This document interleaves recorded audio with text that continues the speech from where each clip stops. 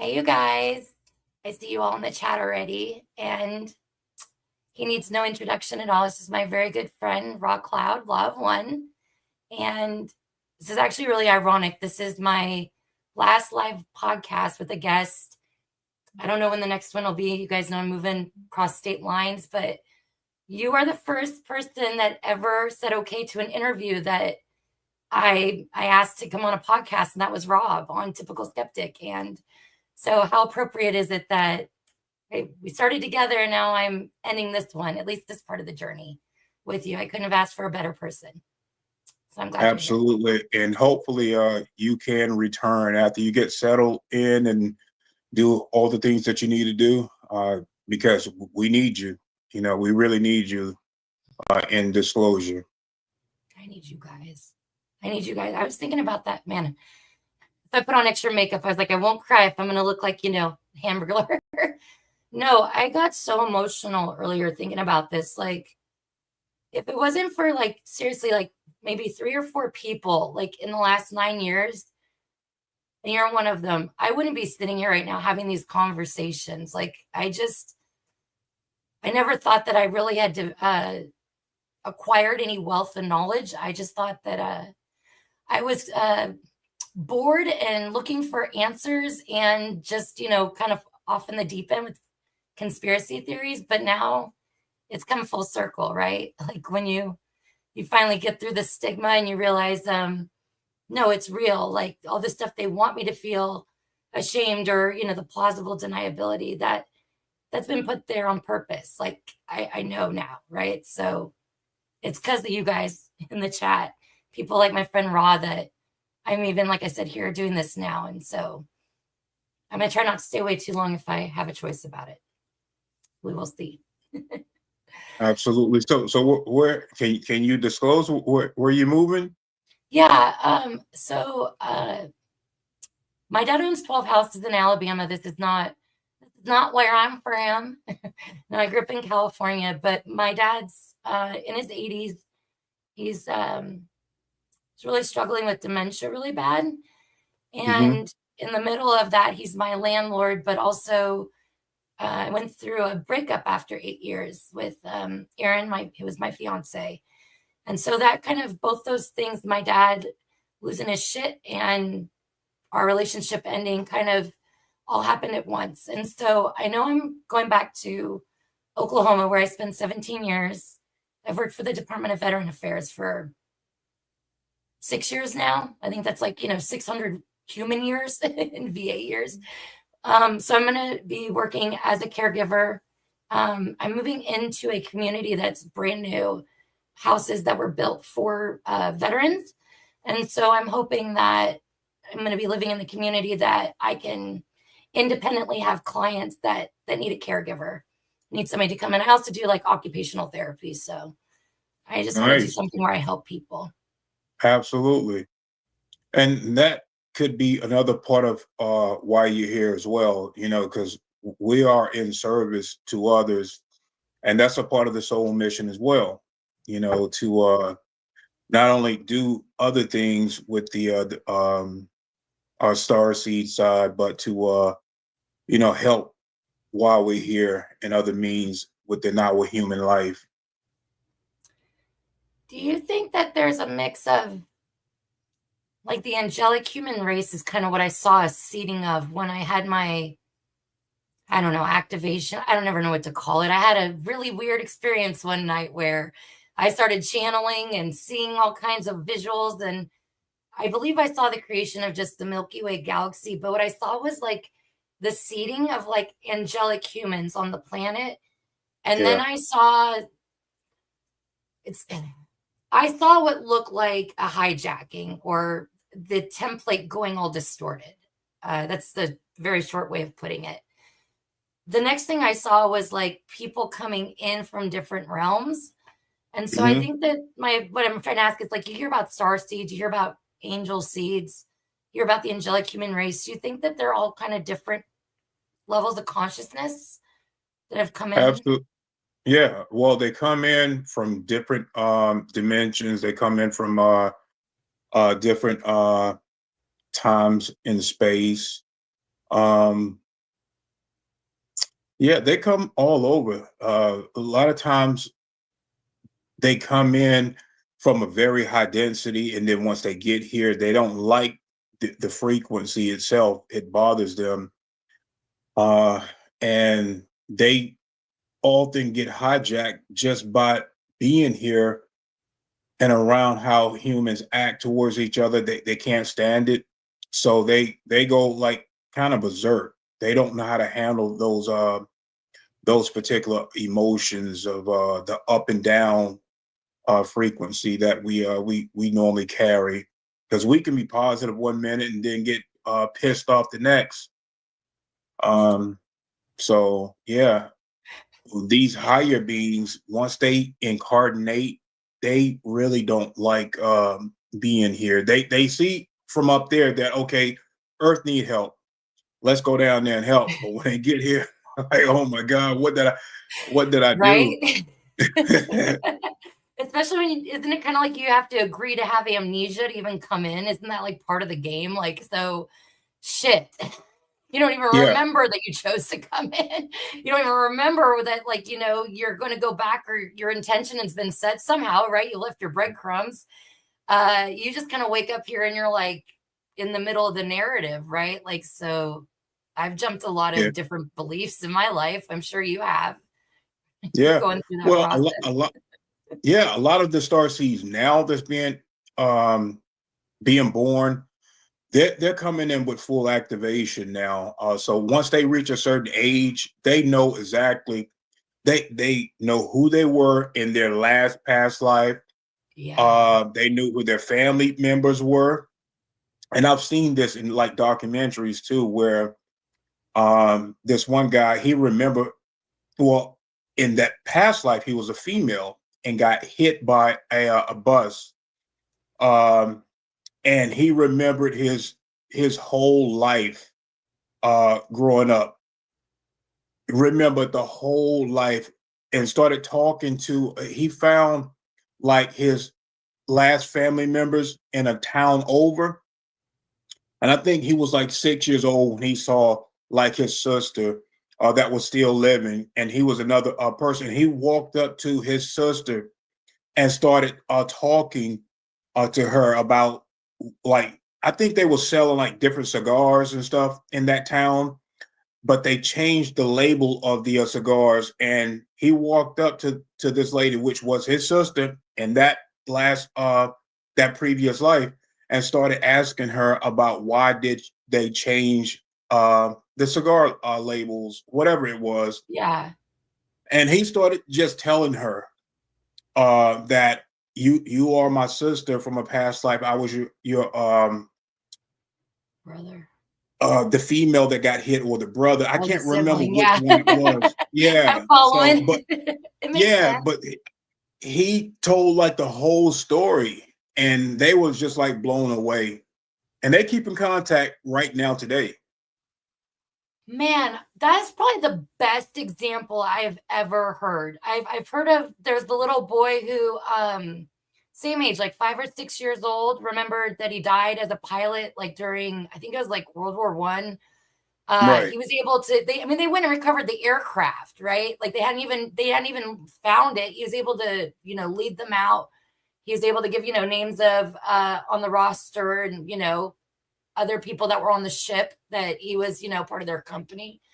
It was amazing, right? Like, to see stories like that, but then to even have one where it's like so undeniable, because um I used to be into like I don't even want to call anyone out because it's not a bad show. It's a show all about reincarnating, and how life is a school, and we're just meant to go through lessons over and over and over and over again, right? Like, I'm sure at one point there was the school, like, template set up here. I just think that there's so much suffering in the world, and there's obviously a war going on, like a spiritual warfare. Absolutely. I do not deny Yes. that. So I don't think that Absolutely. would be going on if at least I hope not near a school zone, right? Like, Yeah. But you're but right. You're absolutely right. It's been hijacked. And it's been hijacked for a long time now. Uh, by specific beings that want to come in and rule. You know, they like worship, they like sacrifice, they like suffering. They feed off of that energy, like pretty much vampires now. That's been the word I've been saying all week. Vampire, not just energy vampires, real ones. Like Yeah. I mean, we already know what, like, I'll give you guys the best example. The vegan hot dogs that came back with not only meat in them, people meat. They totally skipped the vegan on that part. Like it, but that's what they're trying to do. Like they do it the Hmm. pharmacia, they do it with the filler in the foods that are sent out. And why is that? Well, because it mutates our whole brain. It mutates all of this. We're not Hmm. supposed to binge on humans. Yeah. Well, they're So trying to invert us as well. You know, once humans start becoming cannibals or cannibalistic, then we become like them. You know, they really do trick us with the ingredients that they put in our food. Um, they do it all the time, and we fall for it all the time. We need to start doing like real research on this stuff.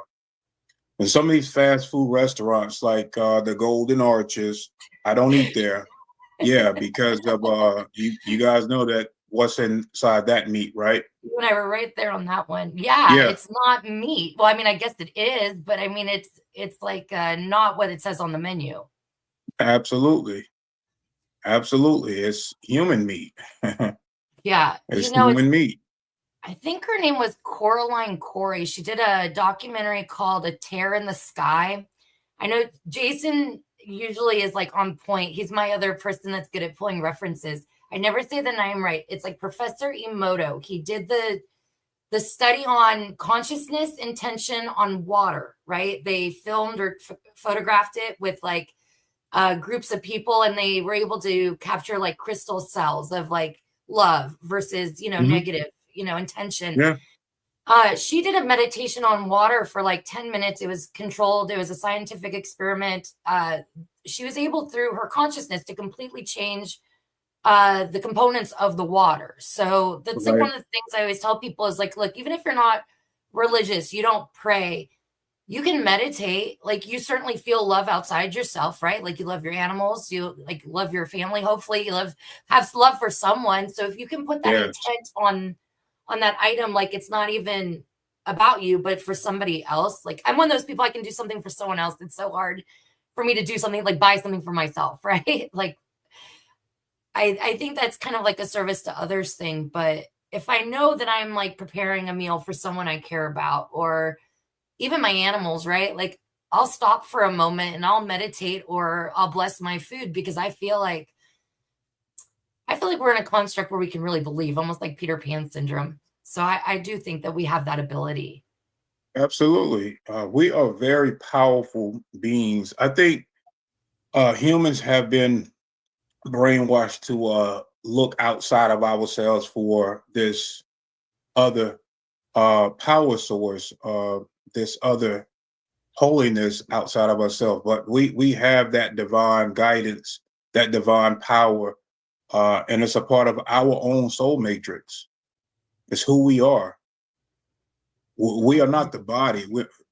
We're the energy inside of the body. We're the consciousness that reside inside the body. And sometimes we don't even reside in the body. We're like this auric field outside, manifesting and controlling the body. Yeah, I have those days where I definitely don't feel like I'm in my body at all. You Yeah. know, I'm sure you remember KRS-One, right? The rapper. Did you ever listen to Hmm. KRS-One? Yeah, I didn't know he made videos. Like, I gotta send you one after the show. He did a whole like 30-minute like improv, basically. It wasn't even a concert. He was just doing like speaking, but he was talking about the consciousness. Like he had like a rock star energy card, and he goes, okay, we're gonna, without using our ears, without using our mouth to speak, we're gonna say rock star, and we're gonna hear it with our mind, right? And like he talks about like if you take away the body, you still have that who you are, that spark, that Hmm. consciousness, that connection to um my friend Jay's in the chat, and he made it. He said so well one day. He's like, we have amnesia here. He's like, but really, what we come in with is like the ultimate like divine connection to source, and we take that with us. And yes, we have intentions, and we can create or manifest even in the moment of death. But we are always going to have that connection as long as we're staying true to ourselves, right? Yes. Yep. And so I like to think that, and I could be totally wrong, it's just an opinion, I kind of think we're dead here. I think what happens when we die, like even that body we're in, or they talk about like the streams of information that come in and the knowingness, and even the, I don't even know what it is, like 1260, 1280, like peripheral, right? Every direction. It's like your senses are so much greater than the 5 and maybe a couple psi abilities we tap into here sometimes, right? That seems to me like how we're supposed to be. Yeah, to be in this particular matrix system right here, where it's so inverted, the beings that come here, we stay here for a long time, then we get drugged down within the illusion. Once you are in this illusion and you continue to reincarnate, you stay in the illusion, and the longer we're outside of who we truly are, the more we're here, we forget that we are a part of the universe. We're not just here on a planet living out. And it is like being dead, because we're walking around every day doing the same thing, and none of us really want to do the things. We want to do more than what we can in a 24-hour. And it's like we've been guided to be and act a certain way outside of who we truly are. So, and that is like death. That is for us being who we are originally on a soul level, and how powerful we really are. We can travel, we can bilocate. We don't even really have to stay here on the planet.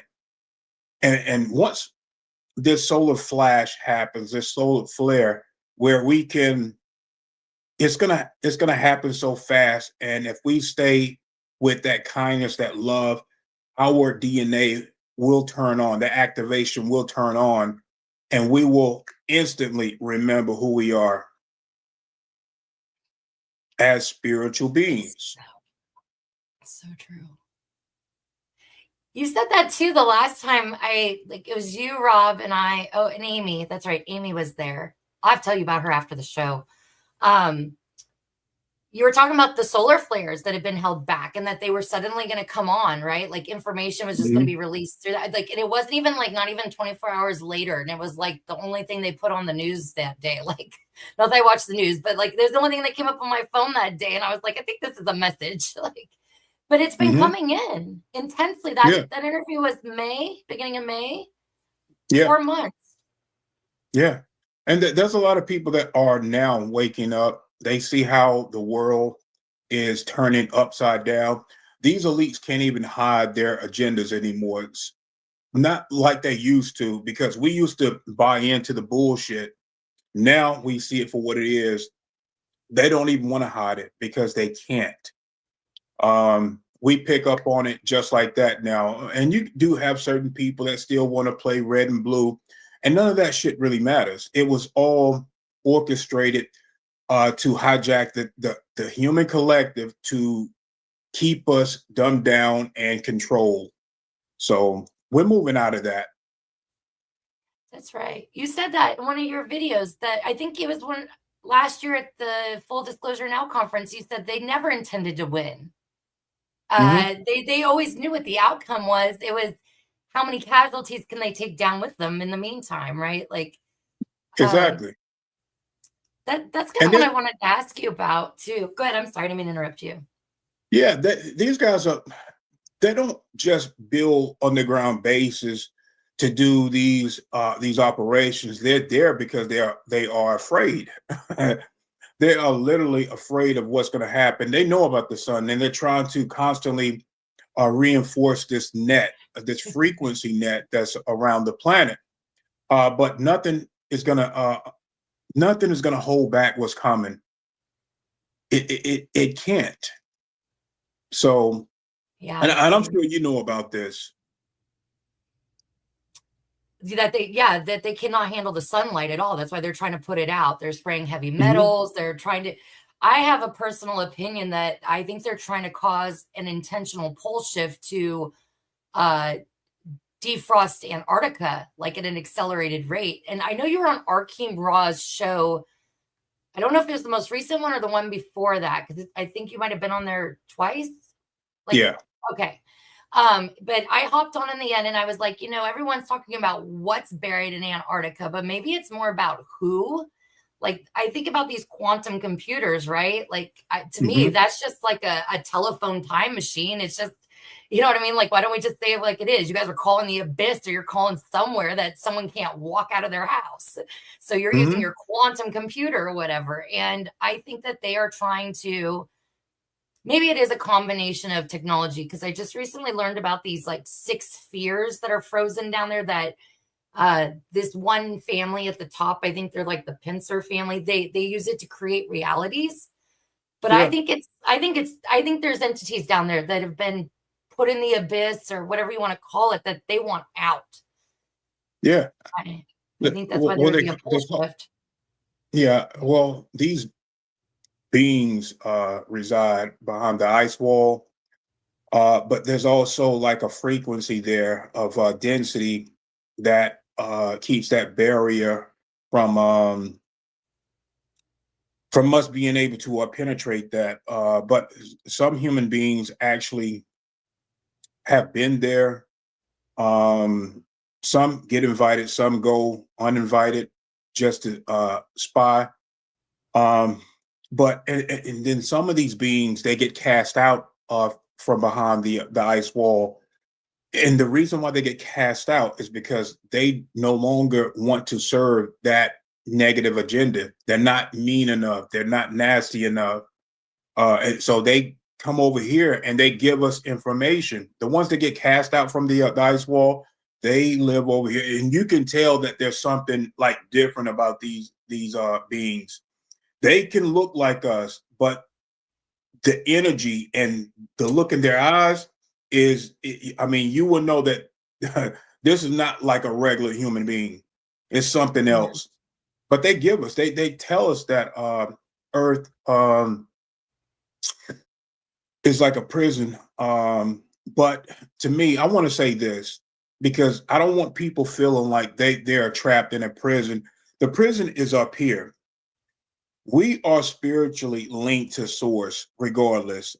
We would never break that link. We can dim our lights by how we treat people, um, or how we treat ourselves as well. We can dim that light. But as long as you are if you living in your truth, you're doing what you're supposed to, in service not only to yourself but to others, then you keep that link regardless to our source. And whenever we leave, um, the trap is up here. When we get ready to make that transition where we're ready to leave this body, all we have to do is think about source, or wanting to go to another realm or density that's higher. Well, I don't feel like we're really trapped. I think the guys behind the ice wall, I think other beings want us to think that we're trapped. So it's not really a trap. They're trying to keep us trapped, but it's more or less a mental trap. Totally agree. I wanted to ask your opinion on something. And you said so many things. I'm trying to remember them all. Okay. So, you know that I was working with Renetta on using 528 hertz, or like a scalar wave, right? We were trying to figure out a way to penetrate it under the ground deep enough that it would create a circuit. And also, we wanted to go high enough up into the ionosphere that it would, create that whole loop, right? And it was a whole thing. Like, it was going to go basically faster than the speed of light. It was going to be the dominating frequency, et cetera, et cetera. It was going to be the ultimate like light weapon, right? Well, one of the things that I had to research was if this is where we're trying to get the signal at, how many pathways are, what is it that we need to basically latch on to and reprogram, right? Like, are we talking multiple light spectrums? Are we talking inner Earth into like Mars? Like, so I started looking for that information, and I came from a background in telecom and worked for, you know, the three letters, the ATT, the DTV, the DSH. I worked for all those people, right? Of course, now I like UFOs, and I worked in satellites for years. I think it was a sign. But Yeah. basically, I came from that background, and what I learned was that they have basically since before AM FM radio, we'll start with like long range acoustical devices, low frequencies, all the way up to, you know, the stuff they talk about with the 2030 depopulation agenda. Every frequency has been spun on the public like, oh, this is more advanced now than we've ever been. This is going to be such a convenience. This is going to allow you to connect more. This is going to allow you to, you know, have music, or, you know, how they spin the technology. But also they like to use the fear mongering, like, oh, this is going to keep the country safe. We need everybody to be, you know, cavity search before they get on an airplane, even though we're the ones that caused all the terrorist problems. Like, they do that, right? I'm being facetious, but what I learned in all this, the point I'm trying to make is that the human brain is incredibly influenced. Like, the brain waves can be reprogrammed and manipulated quite easily. Mm-hmm. Even if you're awake and you're meditating, unless you literally are living out of the range of these 100% of the time, you're going to be affected one way or another. And now we know that they've put them up everywhere. Okay. So it's not just surface level. We know it's spy satellites. We know that it's under the ground. So do you think that, from what I've heard, that those that are truly, you know, walking in their truth, like you said, that are high vibrational, that are doing the best they can to purify the body and to use their intention so that they're manifesting where they want to go to at the moment of death, do you think that they're able to circumnavigate around those infiltrating signals, or even you know, the quacks and all that they're trying to Yes. give everybody?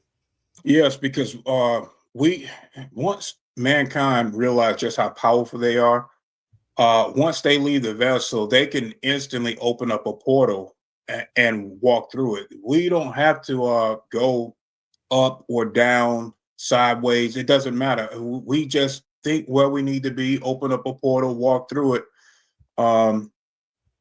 And they don't want you people to understand that. You know, we are light beings inside of a vessel to have this experience. But like I said, and like you know, these other beings, they want us to be dumbed down, not knowing who we truly are, so that they can control us. We are like a food source to these beings, and they don't want us understanding that the capabilities that we have.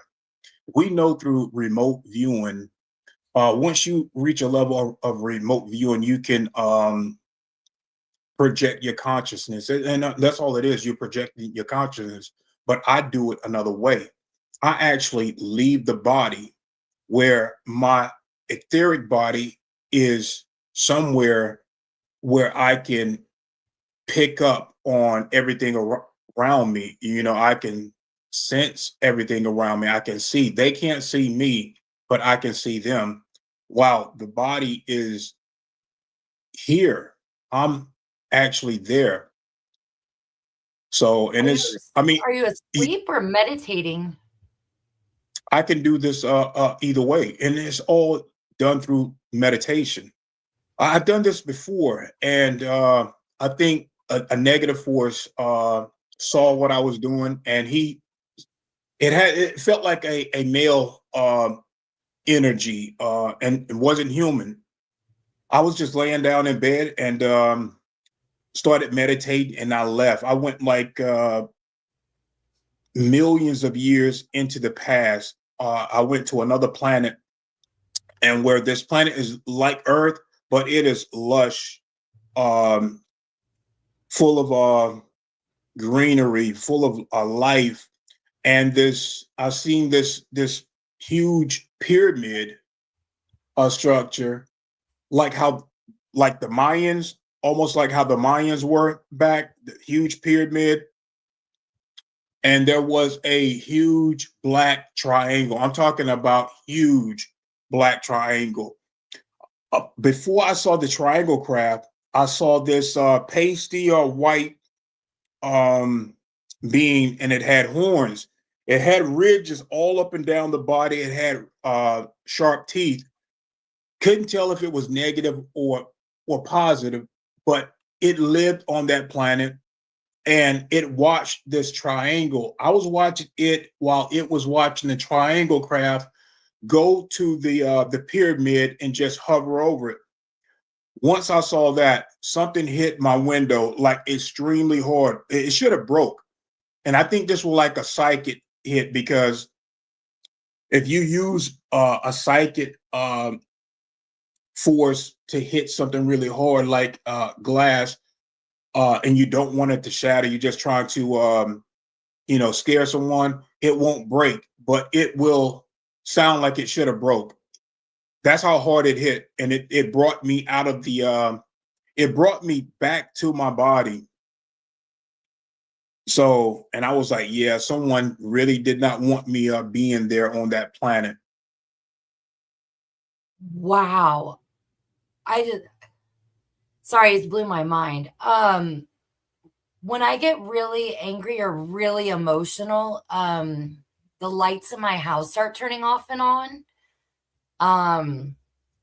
It doesn't even have to be anger. It can be like really bad. Like I feel like my heart's breaking. It can be very bad pain, emotional pain, sorrow, suffering, whatever you want to call it. But I'm not even meaning to do it. I'm not thinking about it. It's like the emotion becomes almost like a temperature. It's like, I feel like a wave of heat like come over the body, and my mind goes blank. And then I hear about it or see it afterwards, but I have experienced this. My friend Jay Skyrunner, who's in the chat, and my friend Cosmic Voice. So my friend Jay, he experiences like what you do. He is proficient in Qigong.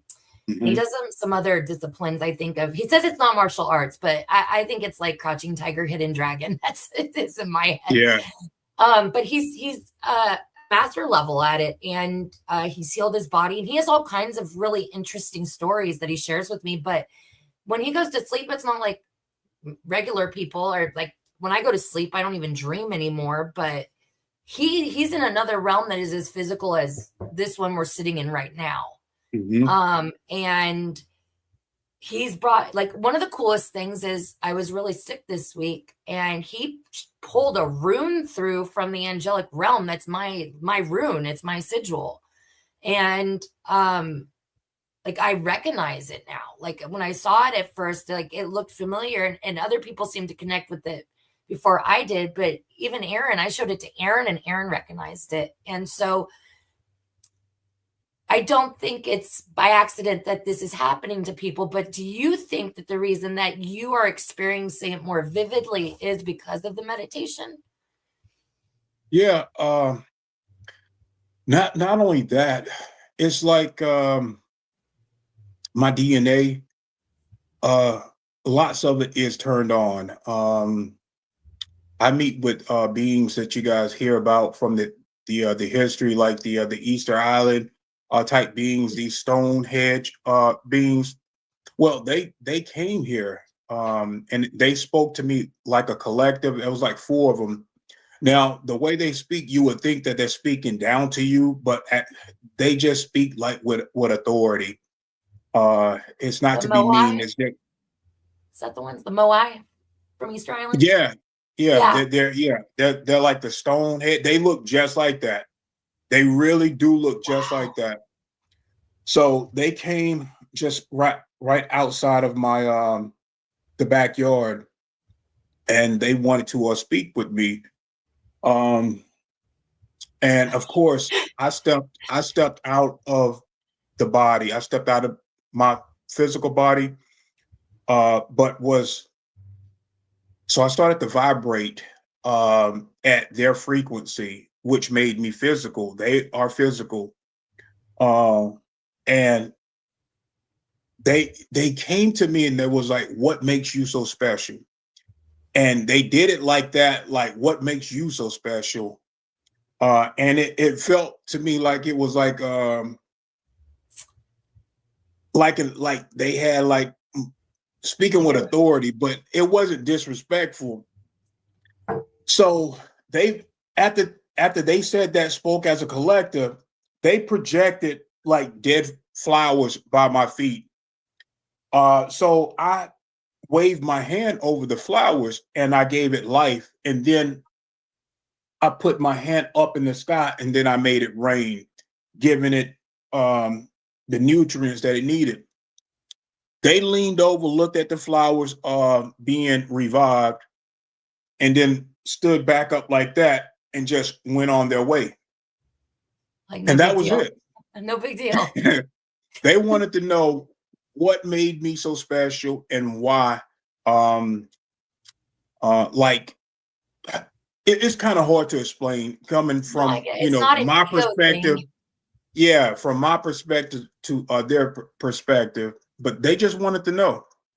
And I showed them. I'm not just here to do these missions. I'm a part of healing the land as well. Yeah. And Yeah. I've done that. I've got chased out of Africa by a witch doctor. I got chased out of Africa. And the reason why I was there is because these guys, I don't know if I told you this before, they were, killing animals. They were sacrificing animals to heal the land. The land was dying. So they wanted to sacrifice an animal to whatever God that they were worshiping to help heal the land. Well, that's non-sustainable. You can't kill an animal and take its energy and think that it's going to fix. It's like a band-aid. You're putting a band-aid over an open wound. The wound is too big. So once you use up that animal energy, the land is going to go right back to how it was. So I went there and I started healing the land myself. Well, these guys got offended. The witch doctor got offended. Now, I will say that he had some very unique skills, and I was not there to fight these guys. He had two other apprentices with him that he was training. So once they got pissed off, I took flight. Uh, and I started flying over the land. And then they had there was like a river with some boats there. And I was flying over the river. Well, his two apprentices, these other guys that he was trying to teach, they had skills too. Now they could run on top of the water. So they was running on top of the water and they were trying to shoot me with poison darts. Well, the witch doctor, he had the most skills. He could take flight as well. So as these guys are trying to capture me and shoot me with these poison darts, I'm just smiling at them. And then, yeah, so I'm flying, smiling at them because I meant no harm, but they were really pissed off. They were really, really pissed off. That really sucks for them. No good deed goes unpunished, right? Yeah. I mean, I get that they're doing, they want to do well, but they're just doing it wrong. They really is doing it wrong. You're killing an animal. If they just learn how to use their own energy, they can use their own energy. You don't have to kill an animal. And I think the Dark Forces taught them this method, and it's been traditionally handed down through the tribes and families to do it that way. I would agree. Yeah, absolutely. People are creatures of habit, right? Yeah. Especially if you live somewhere where, and I'm not saying that it's superstition because I totally believe in magic. I believe in energy work, but I do think that there is there is a corruption in the way that certain knowledge has been, handed down, right? It's been kind of coveted over here, like my precious. And if you so happen to jump through all the right hoops enough times, maybe, just maybe I'll let you have a look, right? But it's like how you were talking about how they've inverted things or they've perversed it. Like, I think that part of the mastering of Earth is that we are supposed to master the physical with the mental. Hmm. And Hmm. I think that I'm really glad the way that you were explaining it, because like that experience that happened in February, like, and I was shown a way, a solution to fix the Earth. Like, I remember like feeling like not stupid, but I felt almost like trying to explain it like to people like my family and stuff, like why would they pick me, right? Like, out of everyone, why me? Like, I'm definitely not the smartest person they could have picked, right? I think it was because where my heart was. I think it's because it Yeah, had nothing to do with me. It had everything to do with absolutely. uh the care for the planet, the animals, the future, the children. I don't give a shit about my life. If it's going to mean no one ever has to live like this ever again, you know what I Hmm. mean? Like, that's totally okay with me. Yeah, and that's why you were Gladly do that. chosen. That's Yeah. exactly why you were chosen. Because I see that in you a lot too. Like, I I gotta say, like, I know you're a dad. I bet you tell like the best bedtime stories. I bet your kids love your stories. Like, they're better than anyone else's, that's for sure. But when you tell them, it's like there's no like ego or jealousy there, or any kind of like, even how you just explained this story with, like, the witch doctor and his ting ting wada wada bing bang. I don't know why that song went into my head, but as soon as you said witch doctor, that's where it went.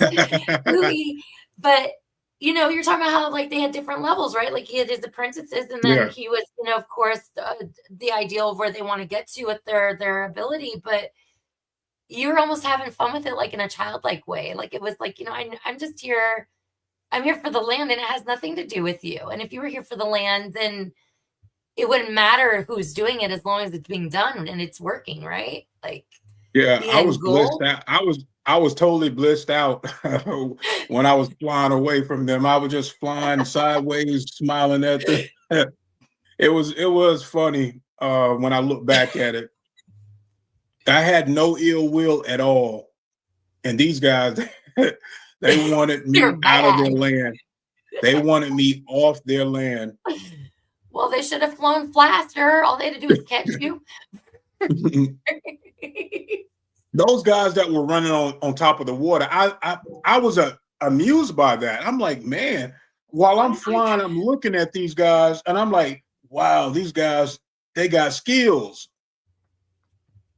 But you're flying. Yeah. Well, the witch doctor, he could fly too.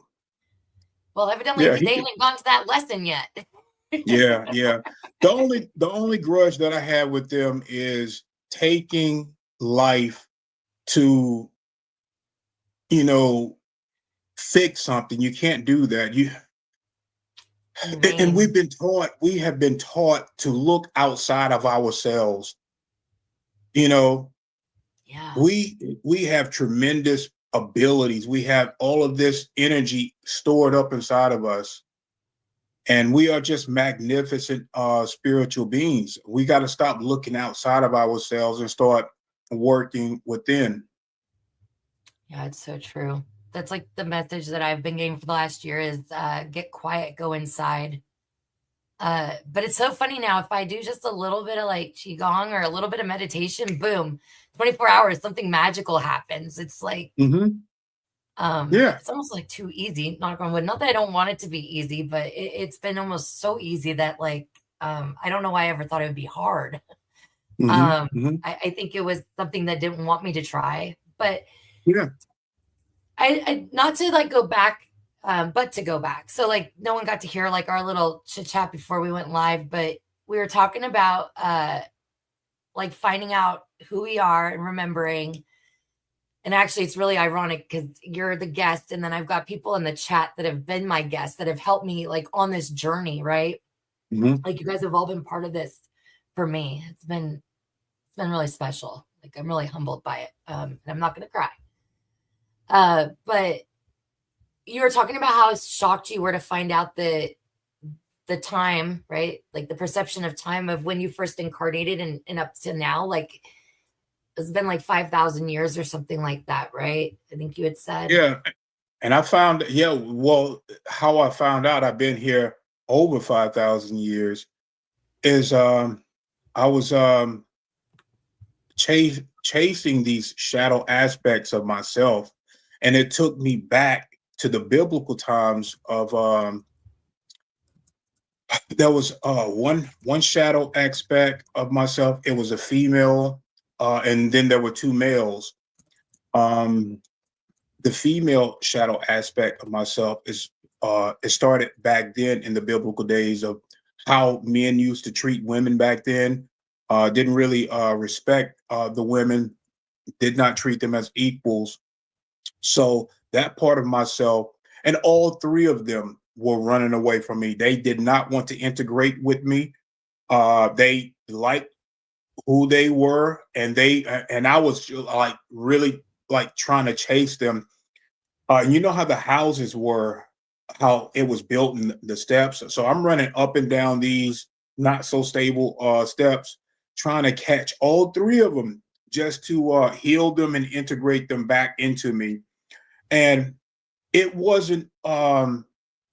I think it was time for me to know about the shadow work, uh, because I just learned about shadow aspects. I had no knowledge of shadow aspects. I just learned this maybe about 2 years ago. I kept hearing about it, but I didn't like dig into what that was. I thought it was dark. That's why I didn't touch it.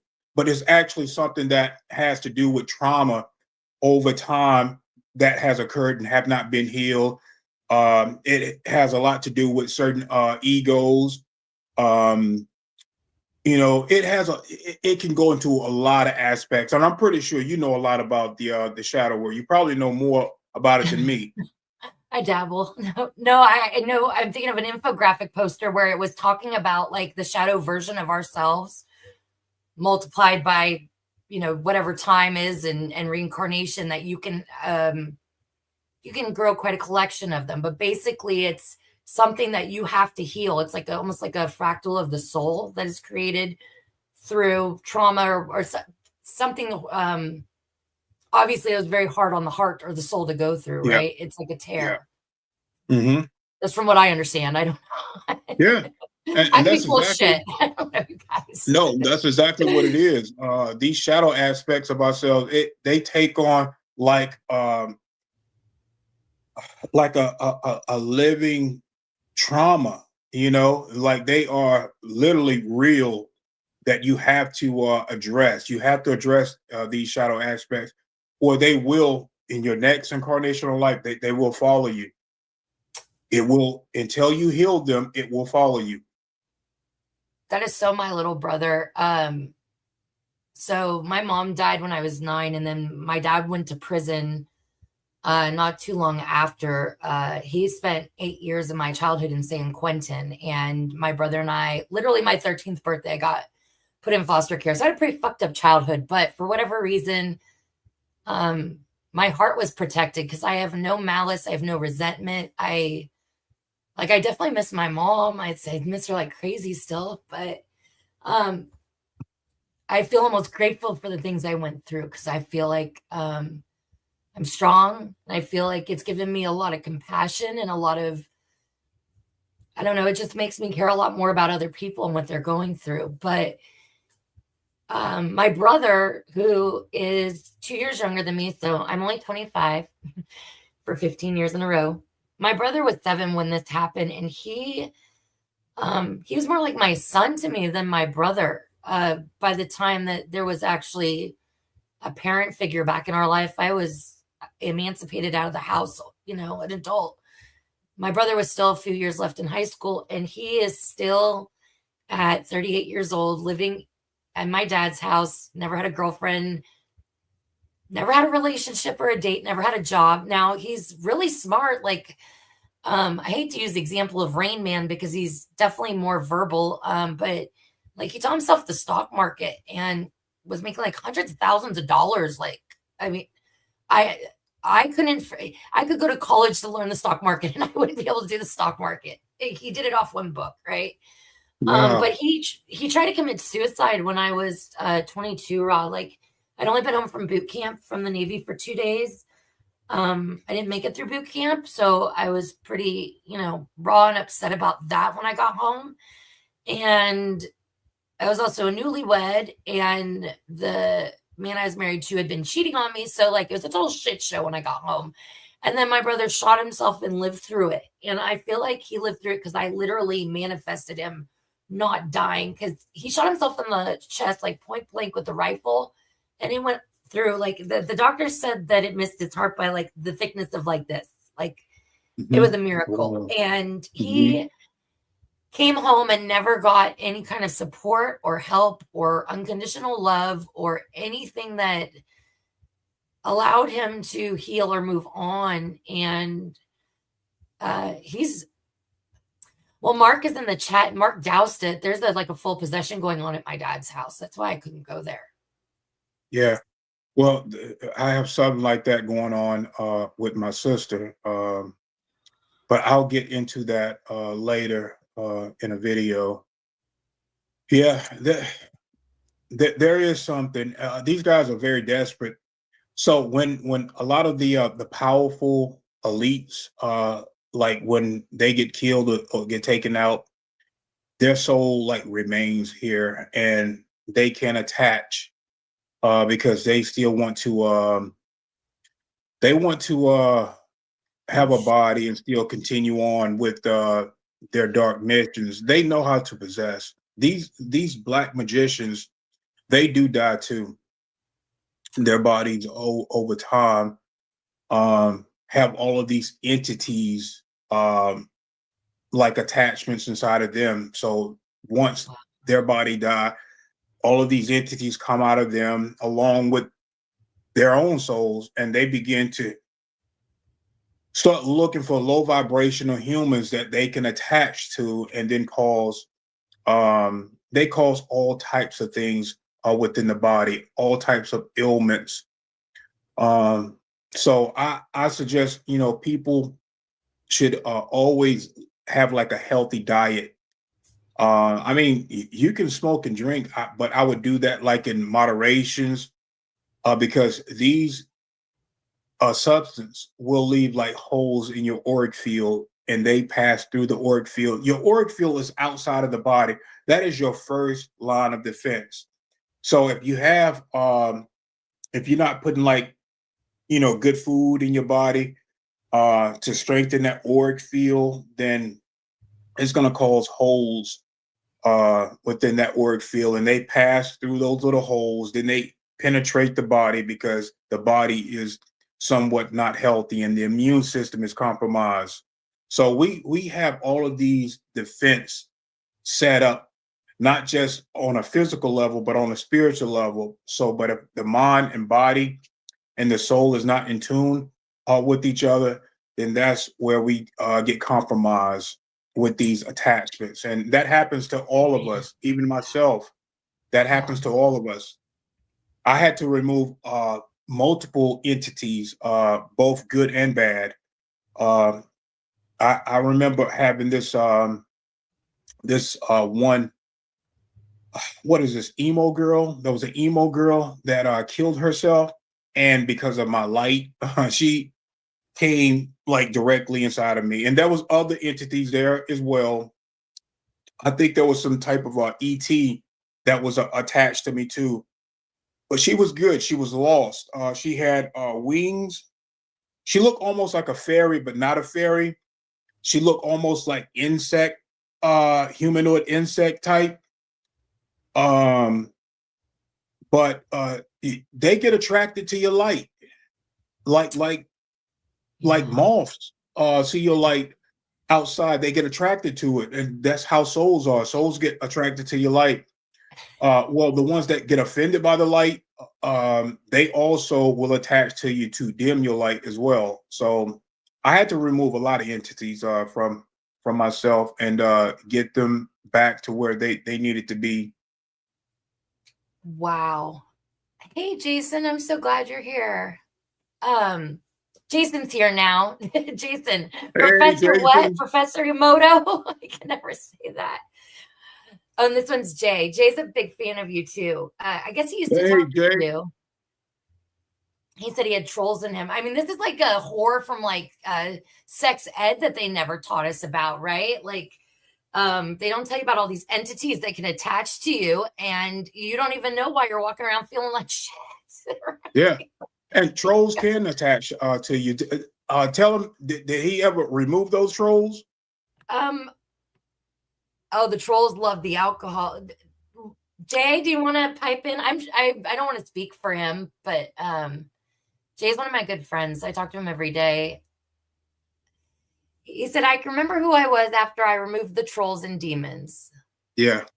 Yeah. So good. Well, I'm glad.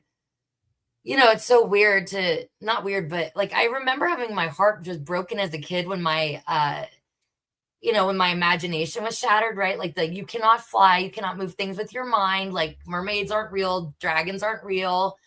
Uh so heartbreaking for me because that didn't go. I was a late bloomer. That did not go away from me until I was like 13, 12, right? I Hmm. was still daydreaming about flying, and if I wasn't daydreaming about it, it was every dream. I just Hmm. wanted to get back to flying. Yes. So you could fly too. Nice. Yeah, I think when you talk about where you go with your friends, like you're in an avian and Yeah. you communicate with like emotions and colors. I Yeah. I think I had a past life where I was like a Mark helped me figure this out. I had a past life in Triangulum, which is why I'm obsessed with that constellation because it was my favorite past life, and I was a big pterodactyl-sized, colorful, feathered bird. Okay. Yeah. Do you know this bird?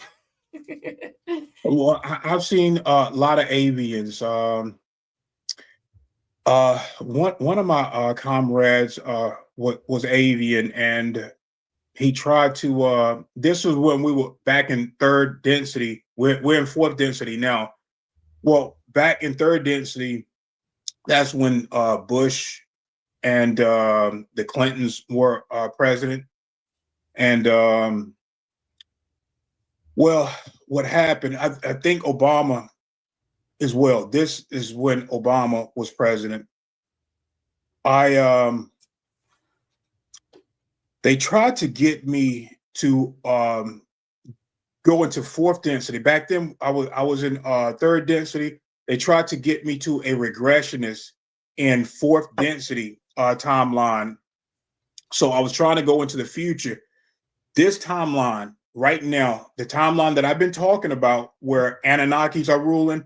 Well, before we got here in this timeline, back in third density, they try to get me here.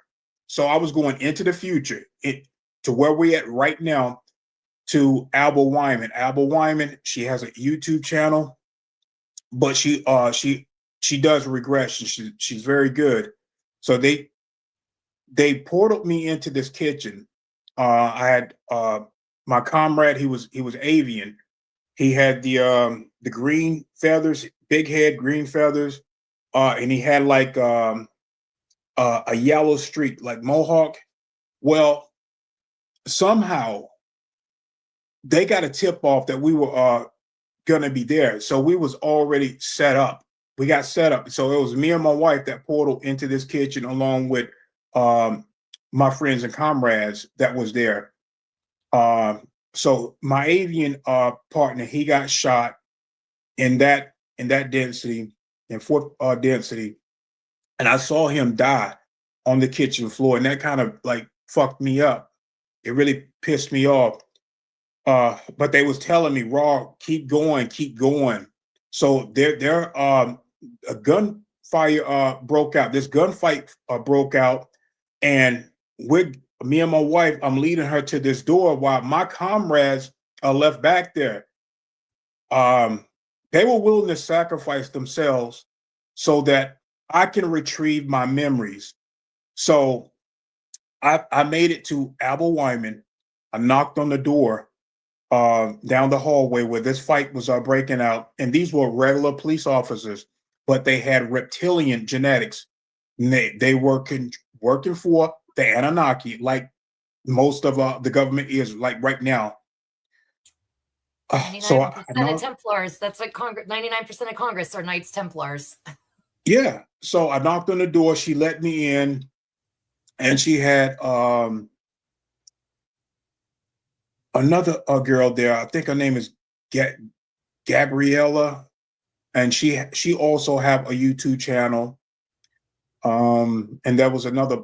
She was a brunette, and the other girl was blonde. They both were assistant Abel Wyman. So the goal was to get me regress so that I can retrieve these memories. Well, these Anunnakis, after fighting with my comrades in this kitchen, they started knocking on door to door. Well, the blonde-headed girl got a knock on the door, so she went to answer it. I couldn't even get regress. You know, they had a tip off. I don't know who tipped them off, how they even knew that we were even there. So Abel Wyman she gave me a map. She said, here, I'm going to give you this map. Go to this location. I'm going to also give you the keys to this car. Go out the back door, go down the steps, and leave in the car. So me and my wife, we went. I got the map. The map was given to my wife. We went downstairs. We got in the car and we took off. As I'm driving, there's like a wooden fence, and there's kids outside in school uniform, just playing out there.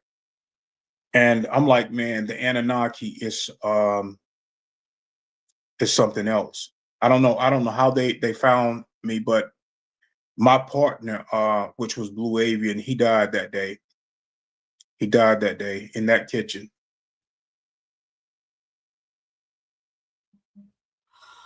Oh, wow.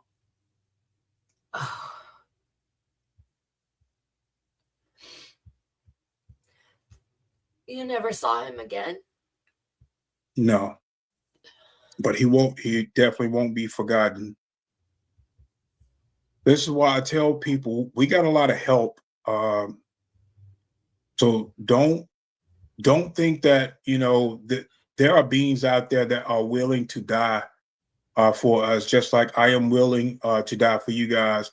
I actually came here to fight, and I'm gonna live up to that fight, and I'm not gonna let no one control me. That is the mission, as we are Christ beings. So Yeah. Don't move with fear, because we're powerful. We're very, very powerful beings, and we're here on a mission.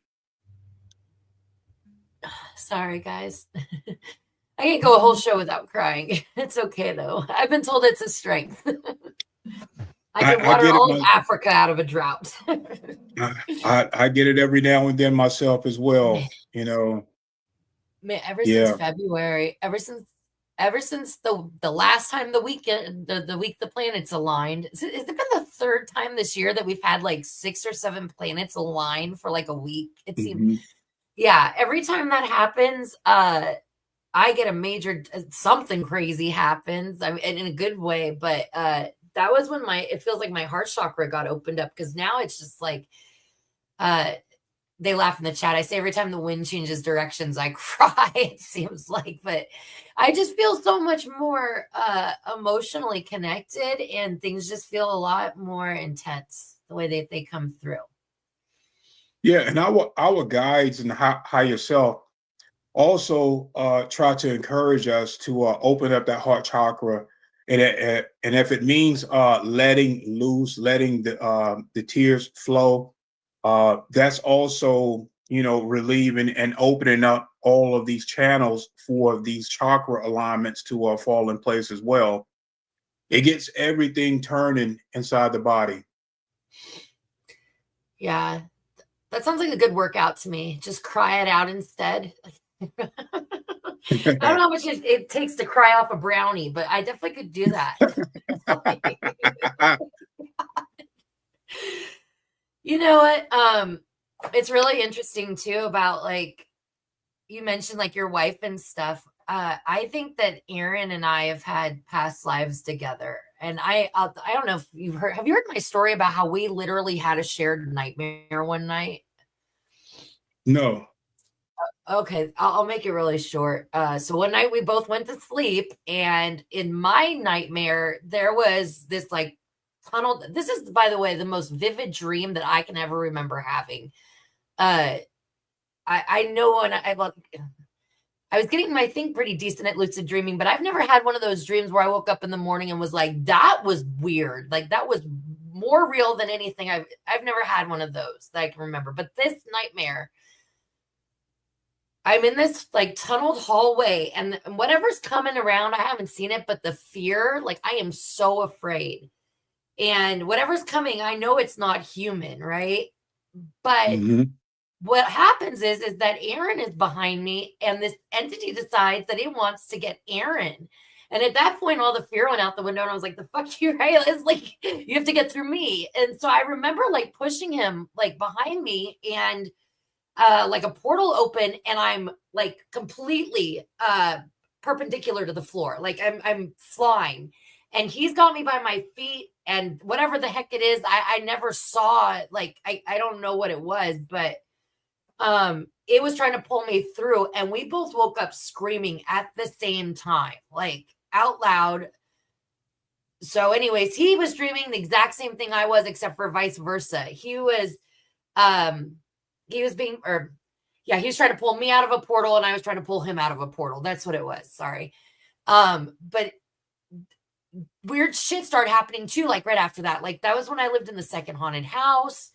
One morning, this is even weirder too. I don't remember if this happened before or after the nightmare, Rob, but uh my voice changed. Like it got super deep, right? Like I can't even recreate the Yep. baritone. It was like I had air stuck in my throat or something, right? Or my diaphragm. And I remember looking at Aaron, and I was like, everything's gonna be okay, right? Like felt like a super positive message.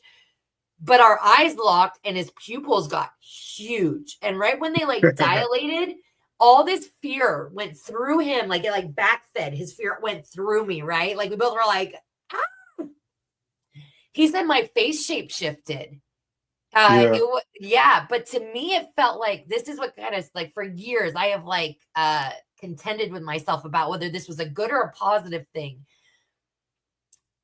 I don't know, because like it felt to me like I didn't even care that I had no control over myself. It felt like I got in a lukewarm bath, and I was given anesthesia, and I just no F's given, and I just went with it. And Yep. that's what always bothered me about it. Yeah. So when you have like a chance, like go deep with that, and then figure out what was that positive, negative, because you could have tapped in either something was either fucking with you, or you could have tapped in into like one of your who you were like in a past life, um because we've been many beings. Oh, I think I definitely was a man in a past life for sure. Yeah, but Yeah. you reminded me of this thing that happened before we bought this house. We had an apartment, and me and my wife, we was in bed, and she could sleep through anything. I mean, the house can fucking burn down, uh, or somebody can come in shooting, and she'll still be snoring her ass off. That's freaking, But that's great. yeah, yeah. So I'm I'm sure laying she down. appreciates you saying it like that. Yeah. Well, she's not here right now. Oh, if she was asleep, she wouldn't know what you were saying anyways. Exactly. So I was laying down beside her, and I was on my stomach, and I just kept feeling like really uncomfortable. Like I was in between states of sleep, but I couldn't get comfortable. And the reason why I could not get comfortable, my higher self would not allow me to go into this full sleep. The reason why, I kept hearing like down by my foot these two entities, and they had to be like maybe a foot tall. And I kept getting flashes of what they looked like. They were humanoid in size. They look almost like how your buddy says, like trolls. like or little elves or gremlins. something. Yeah, Yeah. yeah, some type of a gremlin. That's what they look like. They look like gremlins. They had on these dark clothes, and they look like medieval type clothing.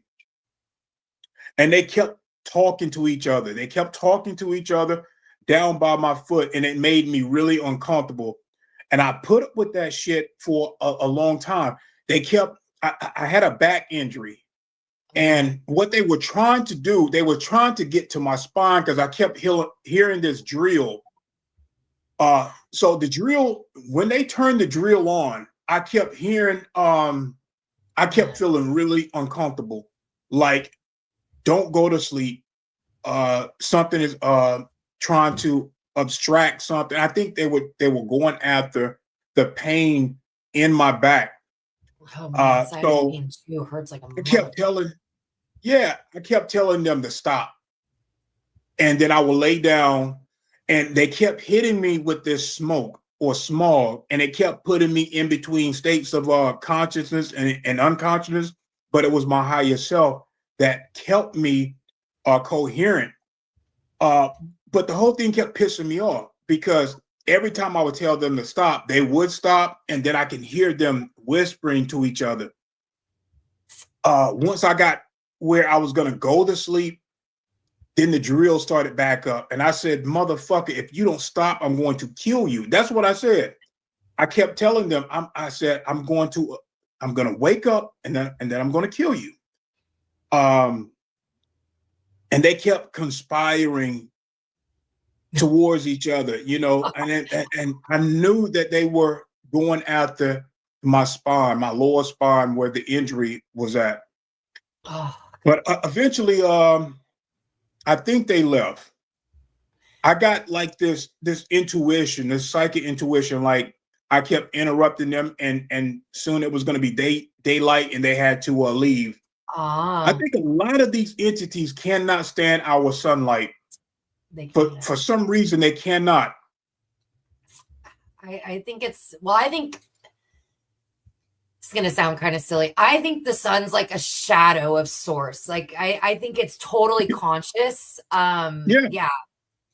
I mean, I know enough about I've learned enough in the last few years about how they utilize magic and energy and exactly what they're doing it. You know what I mean? They totally believe in this. They just want us to, dumb down and stop procreating, and that's it, right? Like we're just there to serve them. But really, while we're over here not paying attention, they are totally harnessing moon and sun energy and water and light and all of that.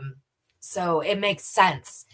I think have you heard of the red shift? Have you heard of it? Like the Vatican has gone from blue to red. It has to do with the light spectrum, like the stage that we're in.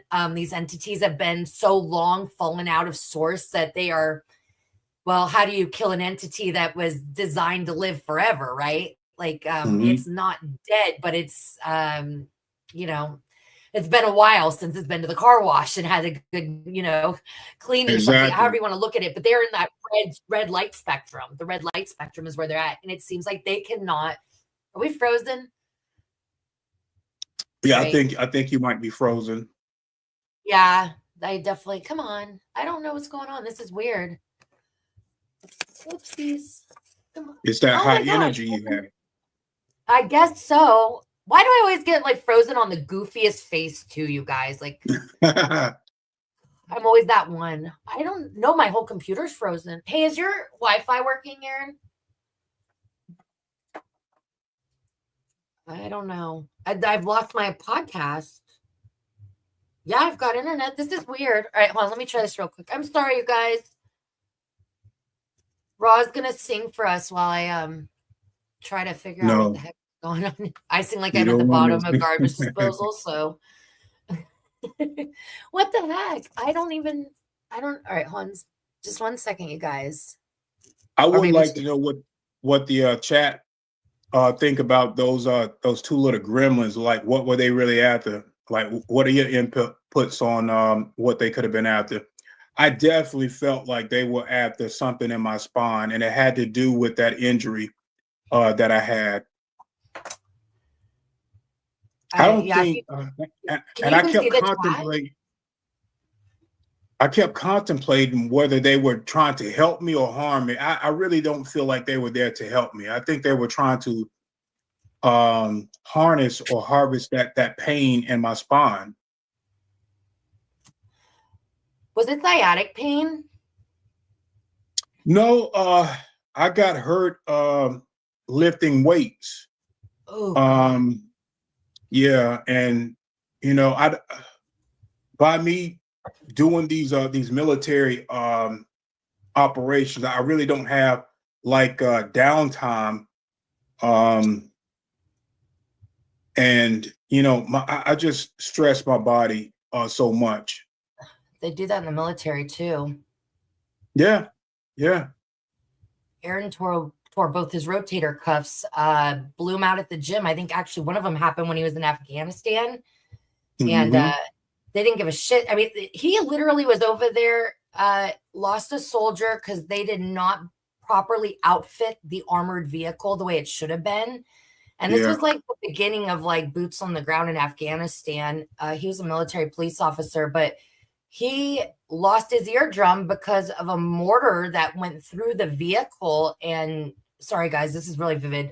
Pretty much decapitated his driver, who was only 21 years old and had a child at home. She never came home, but he blew his eardrum out from this mortar explosion, worked for 2 days before they life flighted him out. And then they basically barely patched him up, and he demanded to go back to Afghanistan because like his company was there.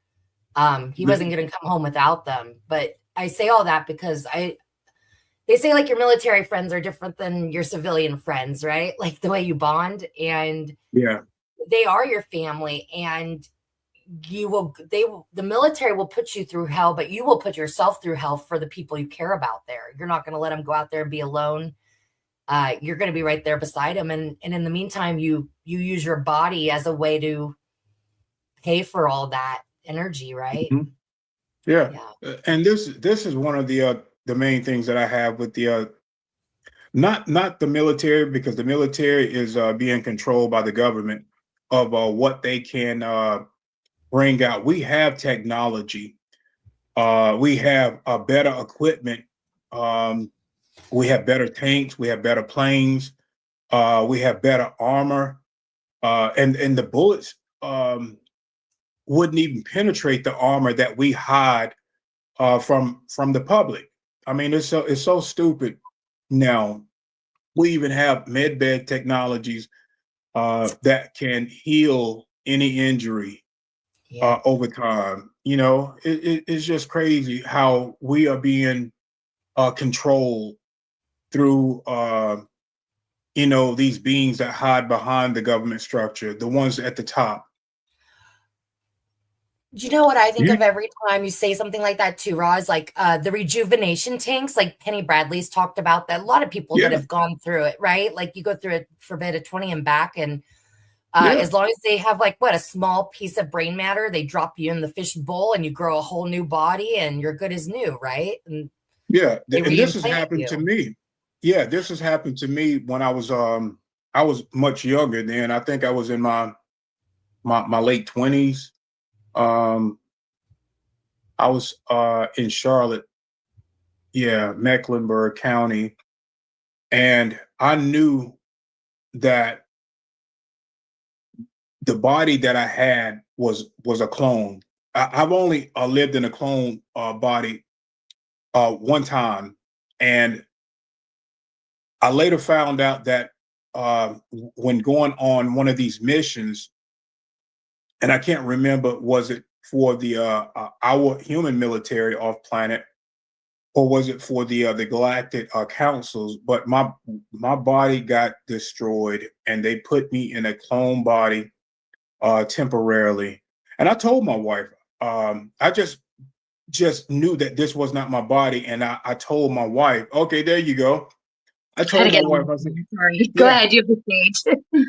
yeah. I told her, I said, this is not my original body, and I knew it. I felt that my soul can feel that this was not the original body. But they did fix my body, and my soul integrated right back to it. So I wanted to ask you something too about that. Like, so Michael Jocko, who I think was part of like SEAL Team 6, I saw him on Gaia many seasons ago. I think it was Cosmic Disclosure, right? And he was one of the best people I heard up until that point talk about a 20 and back, and it didn't sound like it didn't sound made up. It sounded legitimate. It sounded like there was authenticity there, right? Like it hit a little different. And he talked about how before he even was deployed, whatever the term is, I guess you're still deployed up there, right? He said that he was given training on what to do if he were to lose his body, and there was going to be like a 30-day period of time while they had to, you know, grow him a new one in a rejuvenation tank or whatever, right? Yeah. How do you, I mean, that just blows my mind. I mean, I don't even know where to go and ask you on that. Well, what do you think? You've experienced these things and you've retained some memory of it. Like, what do you think about the whole them training you to stay put? Yeah, it's real. It happens. Let's just say if your body's completely destroyed, your soul is no longer in something that it cannot hold on to. Well, you have a certain amount of time before your soul just goes off, and it cannot be the body cannot integrate back into the body. Well, that time has passed. So these region tanks are developed to speed up that process of growing back the whole body. It does. All it needs is a certain amount of flesh or something that belongs to you that it can start that regrowing. And I think that's Draco technology. I don't know who they stole it from, but it's their technology, and they gave it to the Germans. Would you like to maybe find out the answer to that question? Yeah. If Mark, I don't know if Mark is still in the chat. I'm sure Cosmic Voice has some opinions on this. This is something we actually talk about. So Mark has become a really good friend. He's been on, I think I've done 2 episodes with Mark. Anchor Haven, J-Scan Runner and I, and then one with Mark and I by myself, but Mark does douse. And if he's still there and he wouldn't mind, could you find out? I guess what would be the proper way to ask that question is how that technology was obtained by the Dracos.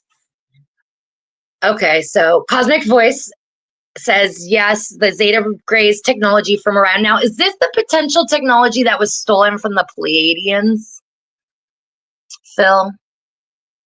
Because that was another thing that I've been hearing too. So the Zeta Grays coming through Orion, and a combination of them using technology, basically time machines and jumping around and time dilating, right? That I'm sure you guys have heard me say this a million times. If you have a time machine and you're fucking jumping around and you have an invisibility cloak, is it really prophecy or are you just rigging the game, right?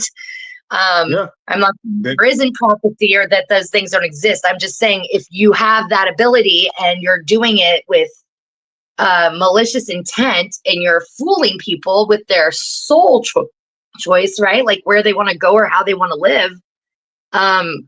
That's a hostile takeover. That's not being godly. Yeah. Okay. The elites were doing that. They were using the military to do this as well.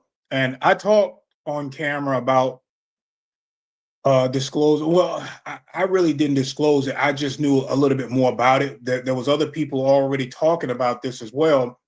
And yeah, they were going in, tampering with time. And it was causing a lot of the Mandela effects. You cannot go in and change something that was already in line to take place, because it's like rubber bands that are snapped back in a major way. And you will notice these Mandela effects are taking place.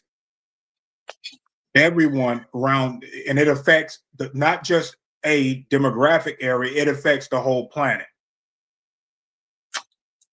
I've definitely experienced Mandela effect because I remember Nelson Mandela dying in prison. Like I mean, I think the one that really pisses me off is the argument over Sex in the City or Sex and the City. Like, I mean, I remember watching that when I was like 19 or 20. You don't forget a show you've watched 9 seasons of, right? Like, Yeah. you just know. If you know, you know. Do you think that this is an opinion question? Do you think this has to do with CERN and the LHC, Alice? They call her Alice, the Large Hadron Collider. It has some these harps and CERNs, they're like puzzles, and you connect them just like Wi-Fi and the nanites. They're all like one big weapon that you put together. So they are putting this one big weapon, and there are in sections like the 5G towers, the nanites that's in the air that they spray. Yep. Weather modification system, HARP. There is one big weapon, and they're trying to put all of these pieces in line because CERN is this type of weapon or machine can take a whole planet. What they're not telling people is it can take a whole another planet into another dimension. They can take Earth from where its location at into a whole different fucking dimension with CERN. A lot of people were thinking that they were just opening up this gate and letting entities in. You can do that at a smaller level, but if they really wanted to, it is so fucking powerful. It can move a whole planet as small as Earth into a whole nother dimension. Does it look like a big wheel or like gears, like like a globe without a globe in it, like the frame of a globe? Those like rings. Yeah. Yeah. Holy shit. Yeah. It can open up. It's conscious too. It's almost just like a fucking portal machine. That's pretty much what it is. It can expand, but it can also contract and decompress us as well to absolutely nothing. It's a very dangerous machine. I don't think humans should be fucking with that at all. They really should not. And I think that these federations are watching over that machine. I think it had to be turned off. And it's being monitored, just like the nuclear weapons. And there's a video out where these smaller crafts from the federations are knocking out missiles. I don't know if you've seen those missiles being downed. Yeah. I've been watching the spy satellites too, all the ones they've been launching as well. Yeah. So they're knocking down a lot of the missiles from overseas, this war that's going on. A lot of missiles that they shoot. I don't know who's shooting these fucking missiles. I don't know if it's our guys or their guys. They're all hiding. Yeah. So, and we shouldn't even be in this war that's going on. It's just another takeover, Man, I am in shock. The last couple episodes I did. All right, so I told you I had that weird download, like right after you told me I would remember, and I sat up in bed at 3:42 a.m. And the thing that I was like connecting about was okay. So I have a couple like drawings of artwork of these things. They look like, I guess the best way for me to describe it is they kind of remind me of like the Ophanim, or what they say are the thrones of God, the wheels with the eyes, right? Mm-hmm. I found a statue of one, a real one that exists here on Earth right now. And before I even made the like connection that I think it's a time machine, the first thing I thought was, this thing is conscious.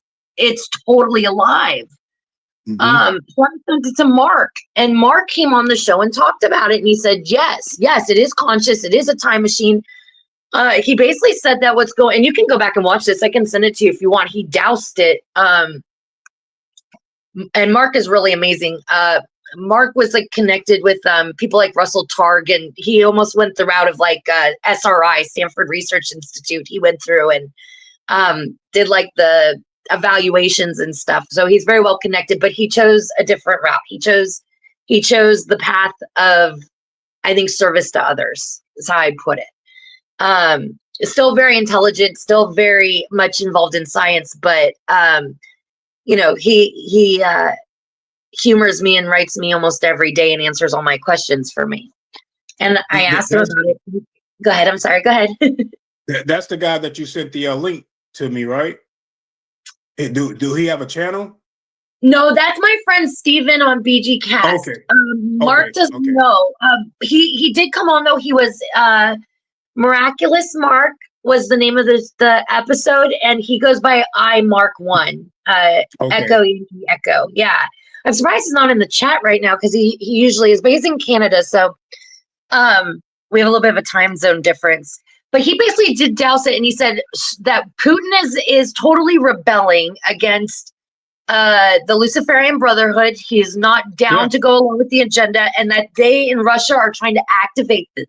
Excuse me, they're trying to activate this one or whatever that's like frozen, or I don't know the state of consciousness it's in. Mm-hmm. But that's what I wanted to share with you. And I don't know if you've seen this picture of this statue before, but I hope I'm describing it okay. The only way I can describe it is, like I said, the wheels with the eyeballs, or it looks like the frame that holds a globe without the ball in the middle. Yeah. Is that the wheel with the Shiva around it, or is that something else? Man, I don't know if it is the one that has, because they do have Shiva out in front of CERN too. No, I think this one is totally, it looks just like a globe, like they forgot to put the globe in it. It's the only, I will send it to you. I was trying to figure out how to do it on the screen now, but I've never done this on my phone before, so sorry. I'll send it to you. Okay, not a problem. How did that thing get on your radar? They have to do with the weapons and that, like basically the back and forth of shooting down like incoming and outgoing craft. Yeah, well, I saw this on a clip, and I knew that the Galactic Council were doing this. They're trying to help in so many ways. So whoever that was shooting these missiles, these small crafts would go up to the missile, disarm it, and then the missile would just fall to the ground. And they would do this, and in many areas. I guess they know it's going to hit maybe a civilian and kill them, and they're helping by taking these missiles out of the air and out of harm's way for the people that are on the ground.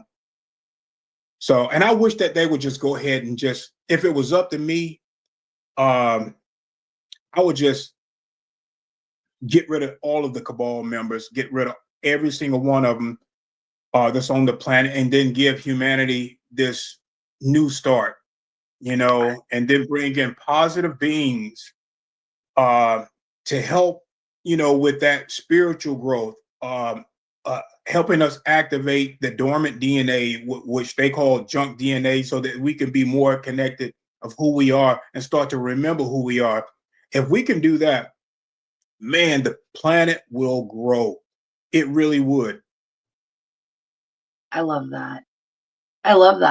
I think that you're absolutely right. I don't think that humanity has, we're going to make fun of my dad for a little bit, just a second. I say this to his face.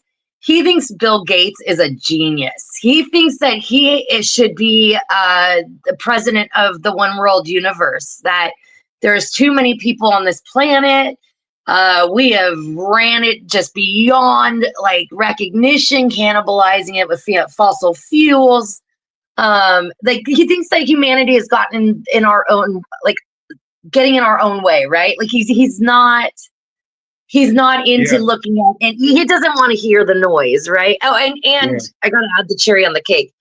This is a soul farm. We're meant to be loosed. We're meant to battery up everything. Yeah.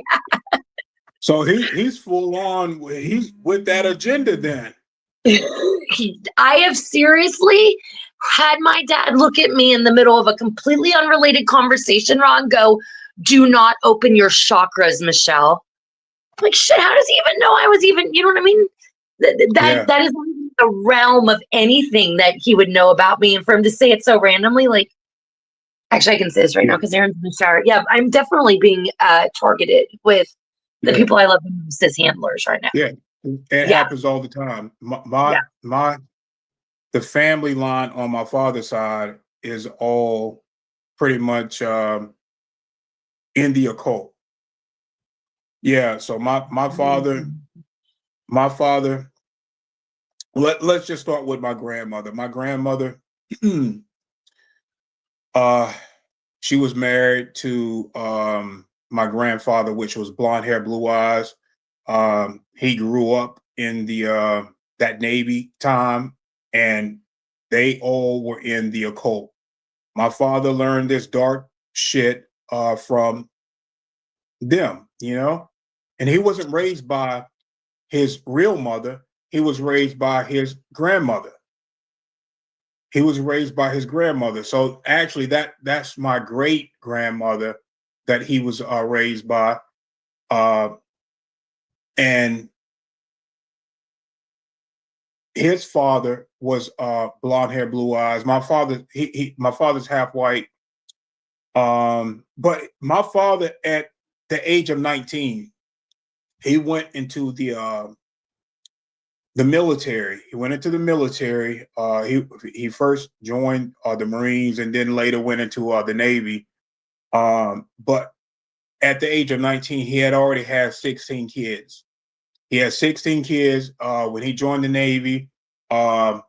Years went by, then the number got up to 32 kids. So he had 32 kids, and 75% of the females on his side were molested by him. And my sisters, we stay in contact with each other, and they don't have anything to do with him. Only one of the females go over to his house, talk to him, and that is my sister on my mother's side. And she didn't get treated like that, and that was because she didn't grow up on that side of the family. She grew up on my mother's side, like me. But he molested all 90% of the 75% of the females on his side. He molested his own children. Yeah, and he lives with that guilt. And my sister, on my mother's side, talked to my sister on his side. I don't want to say their names, so I'm not going to say their names. But she recently, I think it was probably about a month ago, she confronted him about that. And he went into a rage. He told her to get out, uh, don't come back. And she didn't for a while. And they just recently started back. He apologized to her. I think it was probably like a couple of days ago. She told me that he apologized. She came over to my house, talked to me about it, along with my half brother that's on his side. And yeah. Wow. So I mean, it happens. It happens, and then we get funneled into these projects, and it's because of my heart center that I took on becoming a white hat. And it's all choice, because both sides will take you on a ride, and you have to choose at some point in your life whether you're going to take on dark missions or you're going to take on light. In the beginning of me growing up, there was a lot of anger, there was a lot of hurt, um, and I didn't really know where it was coming from, but it was definitely being magnified by dark forces to take on a more darker aspect of myself. So Yeah. I used to always get into fights, but I still had that heart. So I didn't like bullies. So and whenever someone would bully a kid, I would actually bully that bully, which didn't make it any better. But I just didn't like kids being picked on. But I used to fight all the time. I came up fighting. Yeah. Man. Yeah. I think we're related because my grandmother was married to 6 or 7 men. My mom was the oldest of 7, and I think my dad's got like 9 or 10 siblings and half siblings. I didn't even know this till after my mom died. I think I was like 9 or 10, and I answered the phone one day and found out I had a half sister and a half brother. I got a half brother that's like in his 60s. I mean, my dad's like almost 80. And my Yeah. dad had one kid at 14 and one at Trisha, my half sister, is like, I don't know, in her 50s. I'm 40. We have quite a bit of an age gap, but Mhm.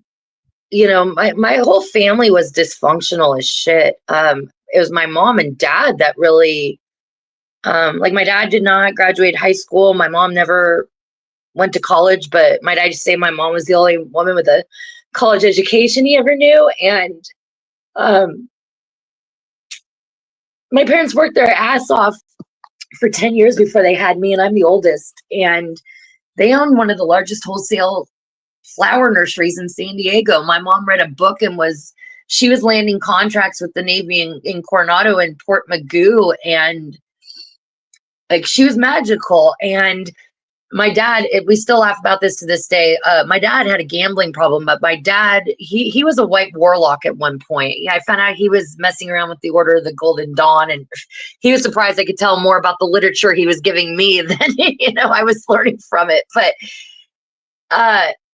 all of that, my mom became a financial genius. Like my dad won. This is funny. We went to Vegas, and before we could even get checked in at like Bally's or Excalibur, my dad had won 2 jackpots, and my mom bought savings bonds with them. She took all and bought savings bonds, and it sat there for like 11 years. And when Christopher and I turned 18, we got $500 in savings bonds, But that's how my mom was. And actually, like, we still say to this day, like, the 12 houses my dad bought in Alabama on eBay, which is in the United States, that was money from energy that she helped create. And she's been gone. She died when I was 9. She died at 39, and I'm 40 now. I'm actually like the firstborn daughter, on my mother's side of the family, going back for like longer than we can trace it, that did not die at the age of 39. Like there was like a curse in my family. Yeah, even the way my mom died 3 months to the day of turning 39. And she died in La Jolla Scripps Hospital, which is one of the best hospitals in San Diego. And she died having liposuction. They didn't even start the surgery. They didn't have an anesthesiologist present. They gave her epinephrine shots that were concentrate, not diluted. And then after they knocked her out, they didn't monitor her. She went into cardiac arrest. They didn't even know that for 10 minutes. So, yeah. I'm not saying all this like because I feel bad for myself. I'm saying all this because there were forces at work there. Because right before that happened, like, and here's the thing: how you've had surgeries, you don't go in the middle of the night to go get a major surgery done. Like you go early in the morning, right? You don't eat, and they have a team there, right? They're about to pretty much kill you, so they want to make sure you're going to come back. They waited 10 minutes till they started CPR on her, but they basically blew her heart valves out, trying to bring her out of this cardiac arrest with the medication. They tried to bring her up too fast, and but when they did finally call for paramedics, this was a medical like plaza that was connected to the hospital, right? Like the doctor's office. Mhm. They couldn't even get to her because the elevator stopped working. They just couldn't physically get to her, like no matter what. But before all that happened that afternoon, before she left to go to the hospital or to go have the surgery, I'd come home from horseback riding camp, and I will never forget it. I was sitting at the end of the table. She was at the other end. Had the calculator. She was doing the bills. And she made this one-off comment to me about how she was going to the hospital that night and she'd be home in the morning. And I lost my ever-living shit. Wow. I knew she wasn't coming home. Yeah, in fact, that was the last conversation I had with her was, I hate you for leaving because I know you're not going to ever come back. And she didn't come back. And that was the day I started having full-blown premonitions of shit before it would happen. And Yeah. I think you've gone through that too, probably in your life. You just know when shit's going to happen a certain way. Yeah. My mother, she actually died in my arms. And it was so crazy. Like a month before she passed away, I sat up on the side of my bed and I spoke with God. I said, God, if and when you take my mother, I want to be there. I said, that's all I want. I want to be there. And my mom, a week before she passed, we had made plans because I had a brother that passed away. I had a sister and an uncle that passed away, and she wanted to go to the gravesite a week before she passed away. Now, I didn't know that she was going to be passing away. No, nobody knew. She was going to dialysis. She no Um, longer wanted. Yeah, she no longer wanted to do that because they told her at some point dialysis was not going to work for her. her So kidneys. she made a decision to stop doing that because that machine was like really pulling on her heart. So she would go and then she would just refuse to get that treatment. She was like 74. She was 74. And I told my mom, I said, Mom, this is your life. I'm not gonna I'm not going to let anybody force you to live out your last days on earth. I want you to do what you want to do, Yeah. live your life how you want to live it. And I was actually put over um, like guardianship over my mom um, Wow. to manage and make sure that everything that she wanted done to happen. My sister, she didn't want to do it. I thought that she was older than me, that she would do it, but she didn't want to. So I said, okay, I'll do it. I'll take care of that. But a week before we had planned on going to the grave site, it rained that day. So I said, Mom, it's raining. We'll go another time. So instead of so the day that we picked, to go, that was the day. That was the day that she died. That was the day she died. So I got off early. I got off about 7 o'clock that morning. I called. So I got off at 7 that morning, went home, and in the parking lot, as I'm parking my car, I get this telepathic type of. I felt like something was trying to get in my head. And I didn't know at the time that that was my mother. The higher self was communicating with me, and it was so intrusive, but I didn't understand it because it was so powerful. I thought that somebody was trying to take over my mind, but it was my mother trying to communicate with me, telling me that she needed help. You know, Yeah. so Wow. I went I went upstairs. I went upstairs. I didn't know what this was. And I told my wife, I'm like, something is going on, like something is trying to get in my head.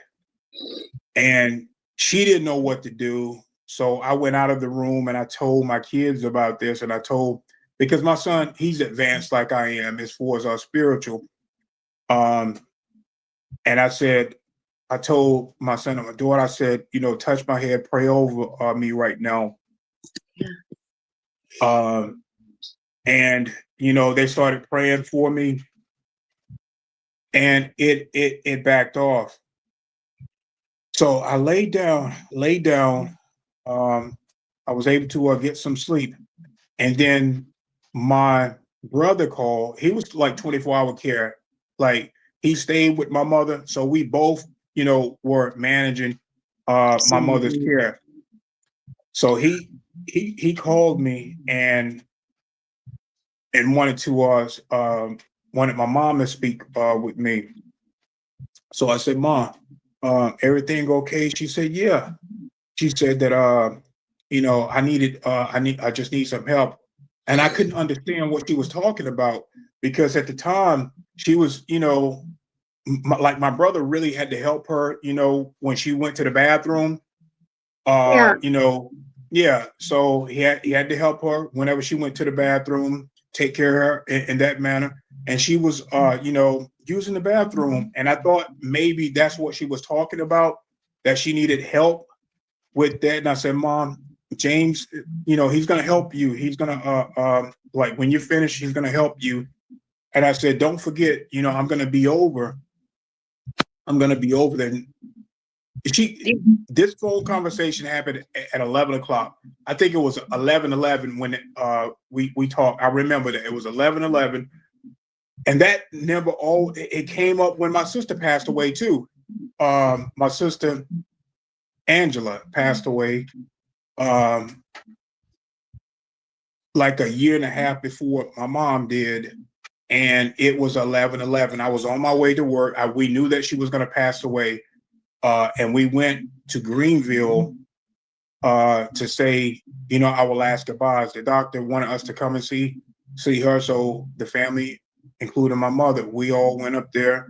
My brothers and my other sister, we went up there to see her and speak with her.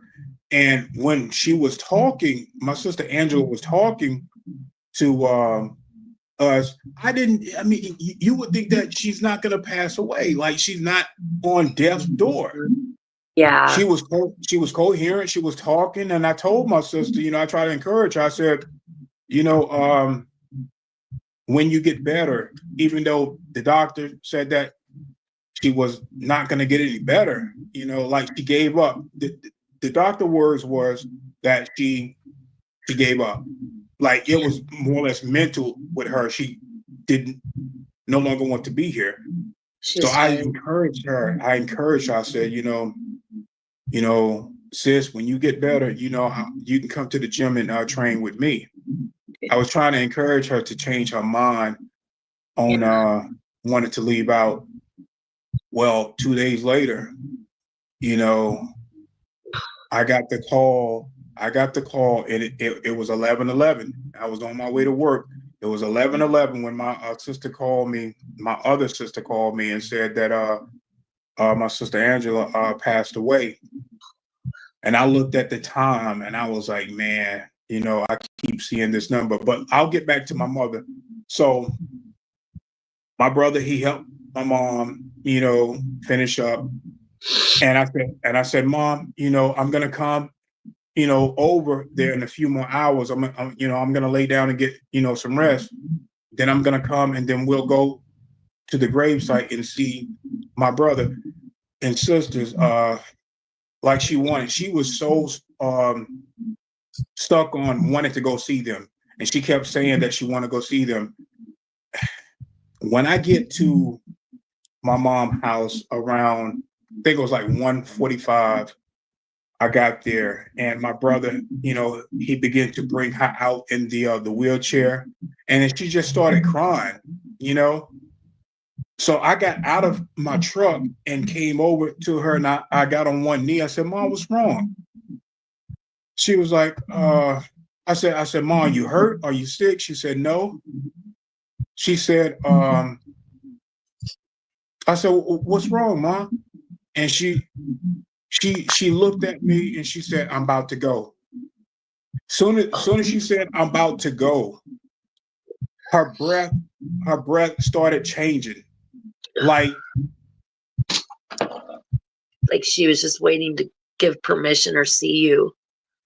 Yes. She waited for me to be there. She waited. And God kept his promise. You know, when I sat on the side of the bed a month before she passed away, I said, God, if and when you take my mother, I want to be there. And I was. They made sure that I was there. She didn't have to wait, but it was in the agreement that she did wait. So when I started seeing her breath change rapidly, I told my brother, call the paramedics. And I took her back into the house, and it was like instantly, I knew what to do. I knew what to do. And that was another purpose of me being there as well. I held my mother in my arms as she's now looking back at me. She's looking back at me. Her eyes are focused on me. And she's just breathing in and out real rapidly. You know, like how we do, she's going through that death ritual. That they call it the death rattle or the death. Yeah, and she's like, she's taking an air. And what that does is it opens up the third eye. All of that air that she's bringing in is like a form of meditation. Yeah. She's opening up the third eye. And I said, Mom, I said, you are the queen bee. She used to love me calling her queen bee. I said, Mom, you the queen bee. I said, don't worry about it.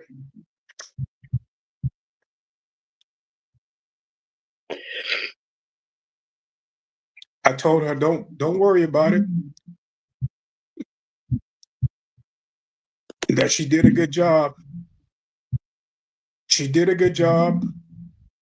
And everything is going to be okay. And I told her, I said, Mom, Archangel Michael is going to be right there. I want you to take his hand, and he's going to take you to God.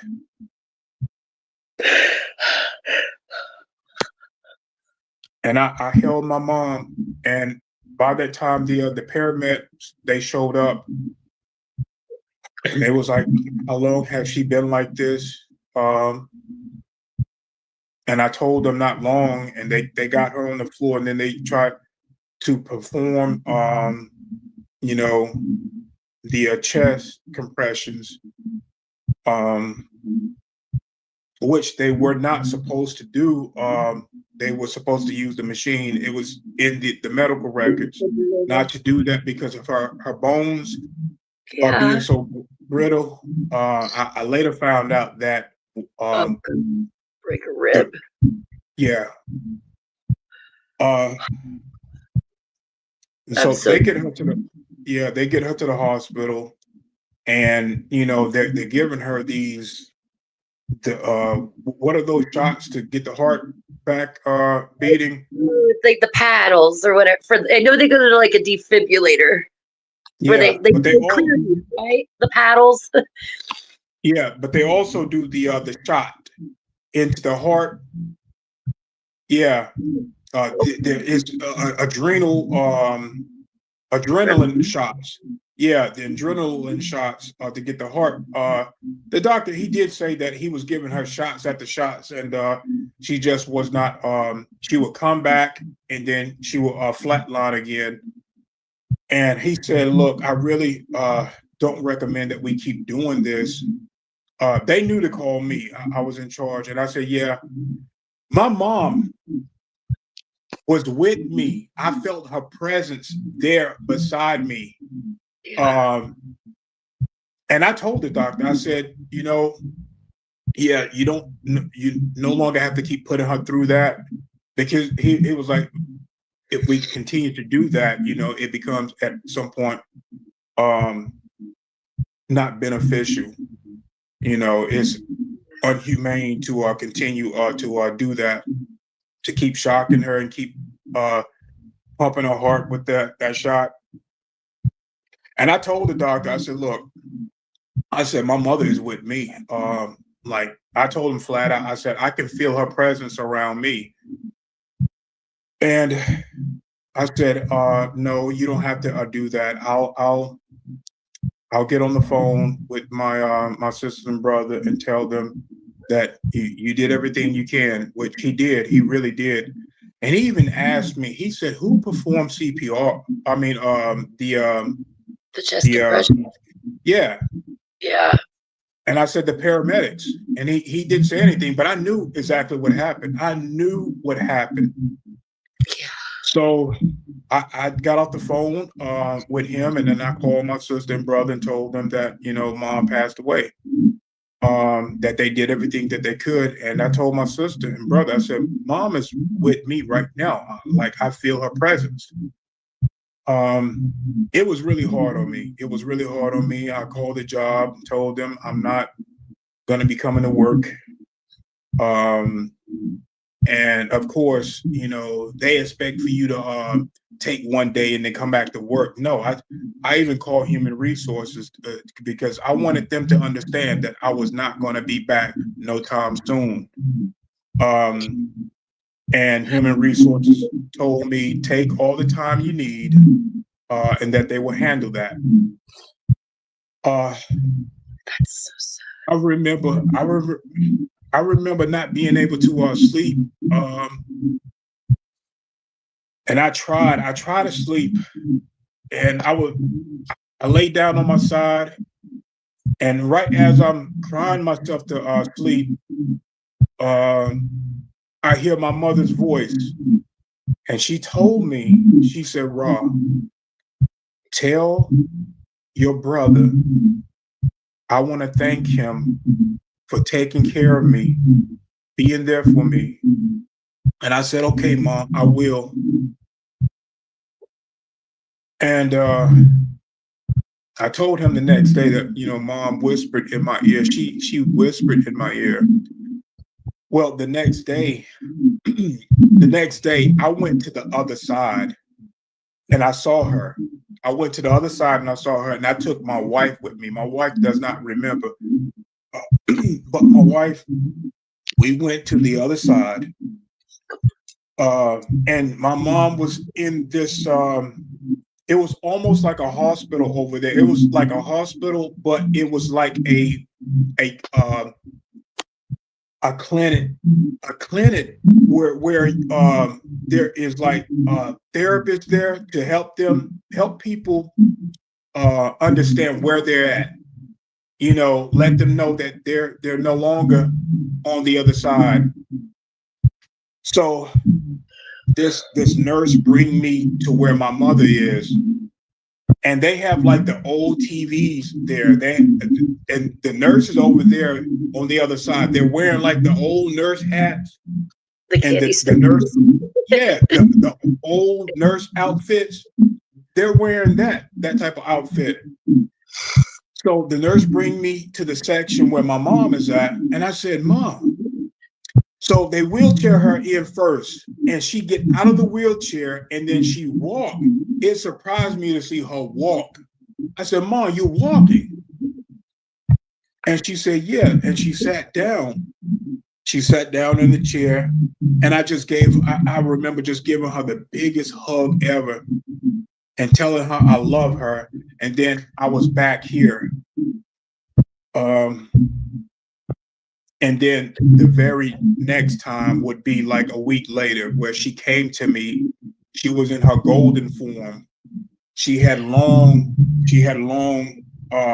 golden hair. Her whole body was golden. And then she came up behind me and gave me a hug. She was in her highest form then. She had already integrated that life and accepted that, you know, that life cycle was over, so she can return to her highest form. Yeah. So, and I knew that was my mom. She was giving me a hug. She was returning back to the upper realm. She was going to ninth density. That's where I'm going to be leaving once I leave here. I'm going back to see her. That's all I've thought about for 31 years is I miss her more than anything too. And I was really, really close with my grandma. I think it's because I was such a hyper kid and I was such a weird fucking kid. My parents were taking me to all these shrinks and stuff, trying to figure out what was wrong with me. I guess I was saying weird. I was clairvoyant when I was a kid, and I was saying shit that was freaking my parents out, is what it was. Mm-hmm.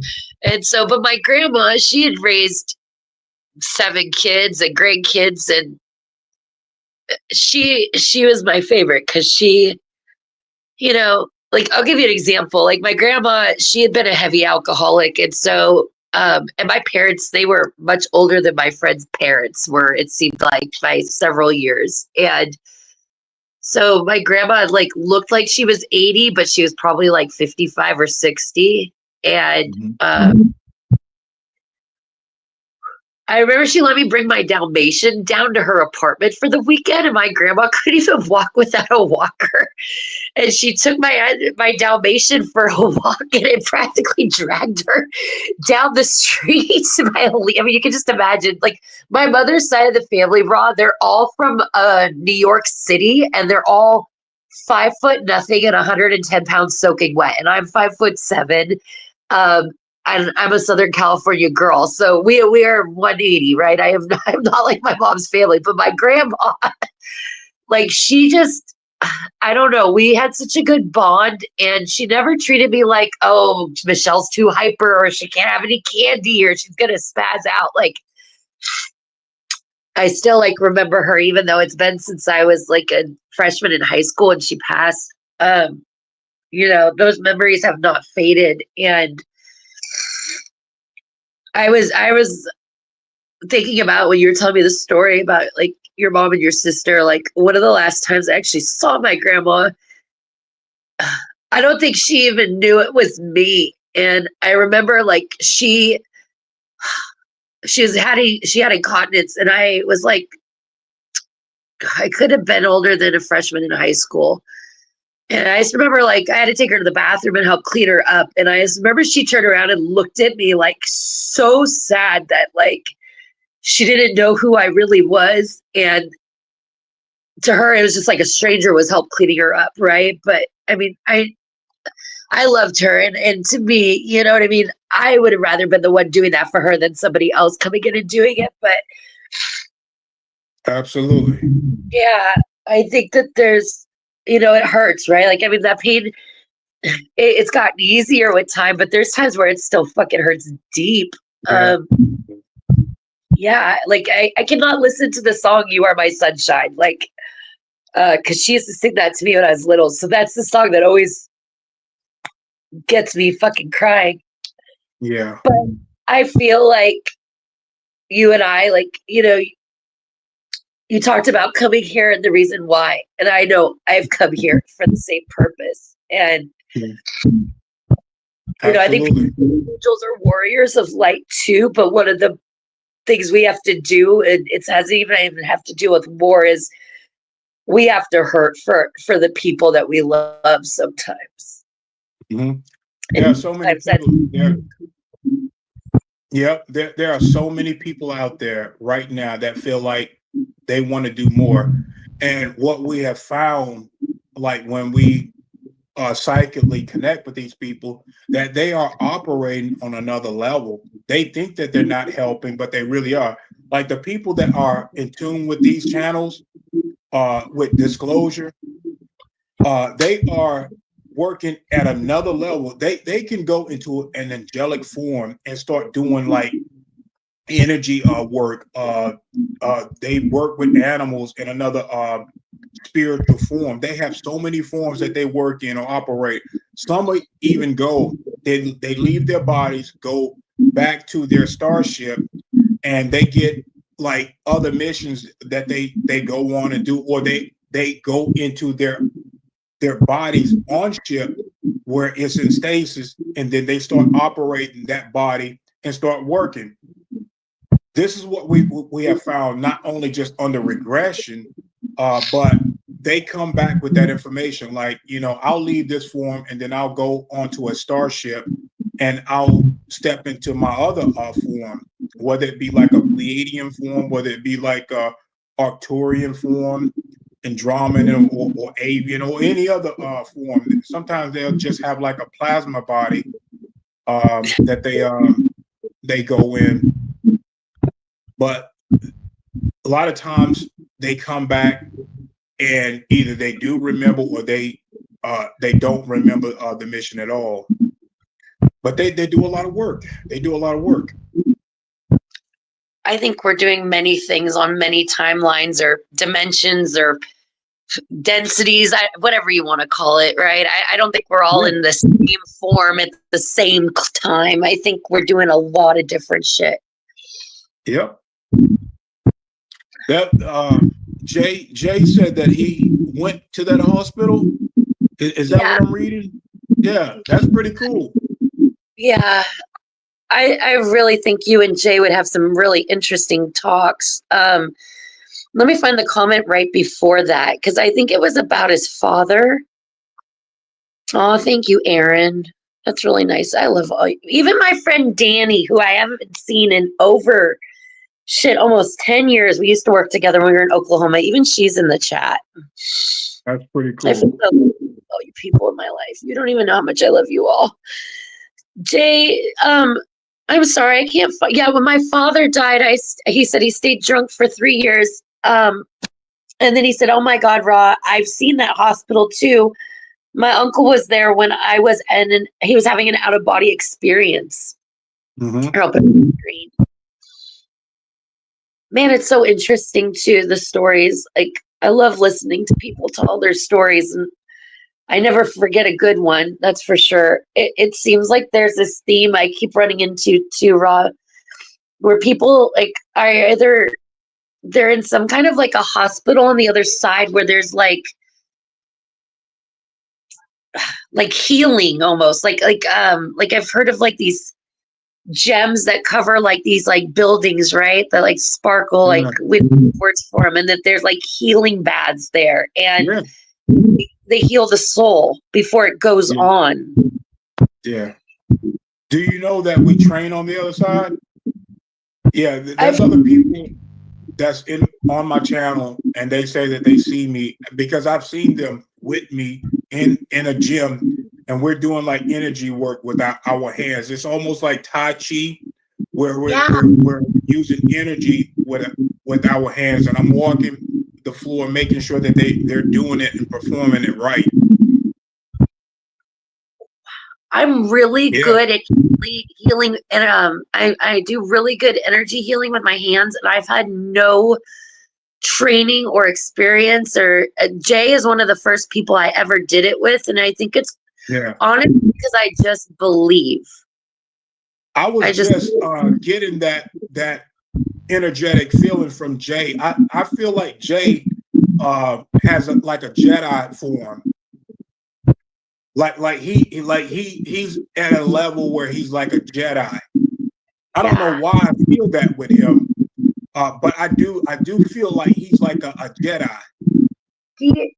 You guys really need to. I would love to connect you two. If I know he said he's a huge fan of yours and he's talked to you over the years. I would love to listen to you two have a conversation. Jay does not.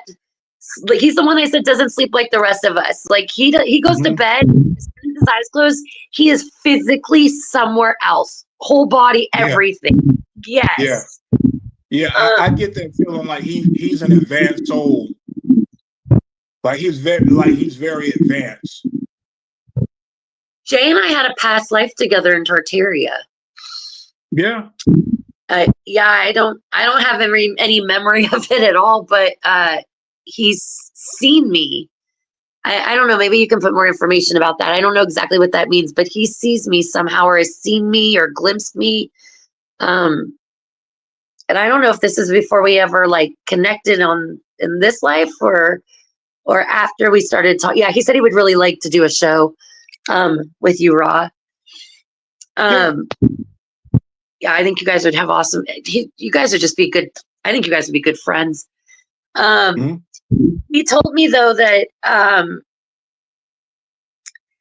You can send him my email. I'm sorry. Go ahead. You can send him my email. You can give him my email. Yeah. Okay. Did you hear that, Jay? For $50, Ross says I can give you his email. Yeah, I will definitely pass your email along to him. No problem. Hey, Man, I've Jay. been on here for over 2 hours, so Okay. Yeah. I can stay on all night. But if you're, I know you still got a family and stuff and a rabbit and all that you have to walk. I wanted to ask Jay, what star seed do he align himself with? What do he he feel like close to? Because I do get like I see like when I connect with him, like he has a legitimate Jedi form, like he's very advanced. Okay, so let's see, Jay, or Mark. Mark, can you help us with that too? All right, so Jay, we want to know how you've connected. Like, I don't know, like Starseed or like his higher self. We just want to know, do you have the Force, Jay? No, I get that feeling too about him. Like, he's told me stories about his body being healed beyond a point that most people would be able to heal. I guess without divine intervention, but he even told us a couple nights ago that like for over an hour he had angels pulling all the damage off his lungs from smoking out of him. Okay, here, let me put it on the screen for you and then I'll read it. Sorry, guys, I'm still getting used to doing this on my phone. He said he was a Pleiadian, but he's got more Arcturian later on, I guess through other incarnations. Yeah, I'm feeling that Arcturian. That's what I'm feeling more. His Arcturian side. That's funny. Out of Yeah, I've yeah. always talked about how he's channels the Arcturians a lot. Yeah, that's what I'm getting. That he's leaning more towards Arcturian. Yeah, he's very powerful being. You are too. You would have been a good therapist. I think you would have been a great therapist, actually. I feel like it's because of like you, Rod, Jay. I mean, really everybody here, but Mark, Anchor Haven. I feel like you guys are the reason that I've remembered and found myself, like in a way that I can't even begin to tell you thank you. Yeah, and I love you. That's what it's all about. Yep. Whew. I think this is one of the most vulnerable, intimate, emotional conversations I've ever had. And I don't think I could have asked for a better conversation than to go out on with. And I'm hoping that I don't know what the future is going to hold, but I hope that I get to do podcast again in the near future. But all that aside, I am not going to lose touch with any of you guys. I love you all way too much. I talk to most of you every day. Even Ra, I consider Ra one of my really close friends. And Ra and I've had a friendship over YouTube comments for like almost a year straight now, I think it's been. Absolutely. We're going to continue to talk. You know, we're not going to lose touch. No, and actually, this is so I didn't even barely sleep last night. I put together a whole decode to do with you. And I'm gonna send that to you after this chat ends, and that's my gift to you. And that is all information in 8 years that I've figured out, and I want you to have it. Thank you. I really appreciate that. No problem. I think you're the right person to give it to, and I know you'll do the right thing. I don't know what the hell to do with it all. I just keep fighting it. And I'm like, what do I do with it at this point? But I think you're a warrior too, like Jay is. So I think you guys know what to do. Absolutely. Yep. We came here to get the job done, and we're going to get it done. We absolutely going to get the job done. We didn't come all this way to fail. Jay says that all the time. We came because we're the toughest of the tough. We came because we could. There were people that wanted to come and couldn't come, and there were people that could come and chose not to. But we came. Absolutely. I think about those words every day. They give me a lot of, they make me feel like I have purpose, but they give me a lot of hope. And I do want to say, because I know we talk about a lot of dark stuff, you guys, but I have so much hope for the future. And I just have so much hope that I'm going to know you guys for eternity, and there's not going to be any more mind wipes and us having to find each other again, because this has been like a soul group for me. Absolutely. I really want all of us to stay connected. Now that I'm going to be linking with Jay, talking with Jay, I want us to grow very powerful to help the planet, help the people of this world. Me too. Me too. That's all I want to do is I just want to help heal people, heal. I don't know. I just want to take people's sorrow away, and I just want people to not feel alone, and I want people to know that they're loved. Mm-hmm. That's it. That's the message that I have. And I guess I just got to get a little bit louder and talk a little bit more, just so that those people can find us that haven't found us yet. Yeah, absolutely. We got to keep going. We got to. All right, you guys. I know I've kept Raw for over 2.5 hours, and I'm so grateful. Did anyone have any last comments or any last words they want to say before we say till next time? And Jay, I will definitely, as soon as this show ends, I'm going to get you Raw's email, and then I'm going to send Raw the decode I did. He says I can talk to him. He said he'd like to talk to you, but he likes listening to you too. Okay. Jay, you do really good on shows once you get comfortable with people. You're just fine. That's why we did great, because I talked too much and Jay just let me just take over until he got comfortable, and then we found balance. So it was good. You're going to be just fine, Jay. Okay. I just want to say one more time, Raw, thank you so much. Like, I wish I had bigger words than I love you and thank you, but thank you more than anything for your friendship. Thank you too, Michelle. Thank you. And I love you guys too in the chat. And I think I deserve a sponsorship for Kleenex. I think I've earned it. All right, you guys. All right, I'm going to go ahead and I'm going to hang up the chat. You're very welcome, Jay. You're very welcome, Maya. All of you are welcome and you're loved. And I'll see you guys soon. Have a good day. Have a good one. We'll see you on the flip side.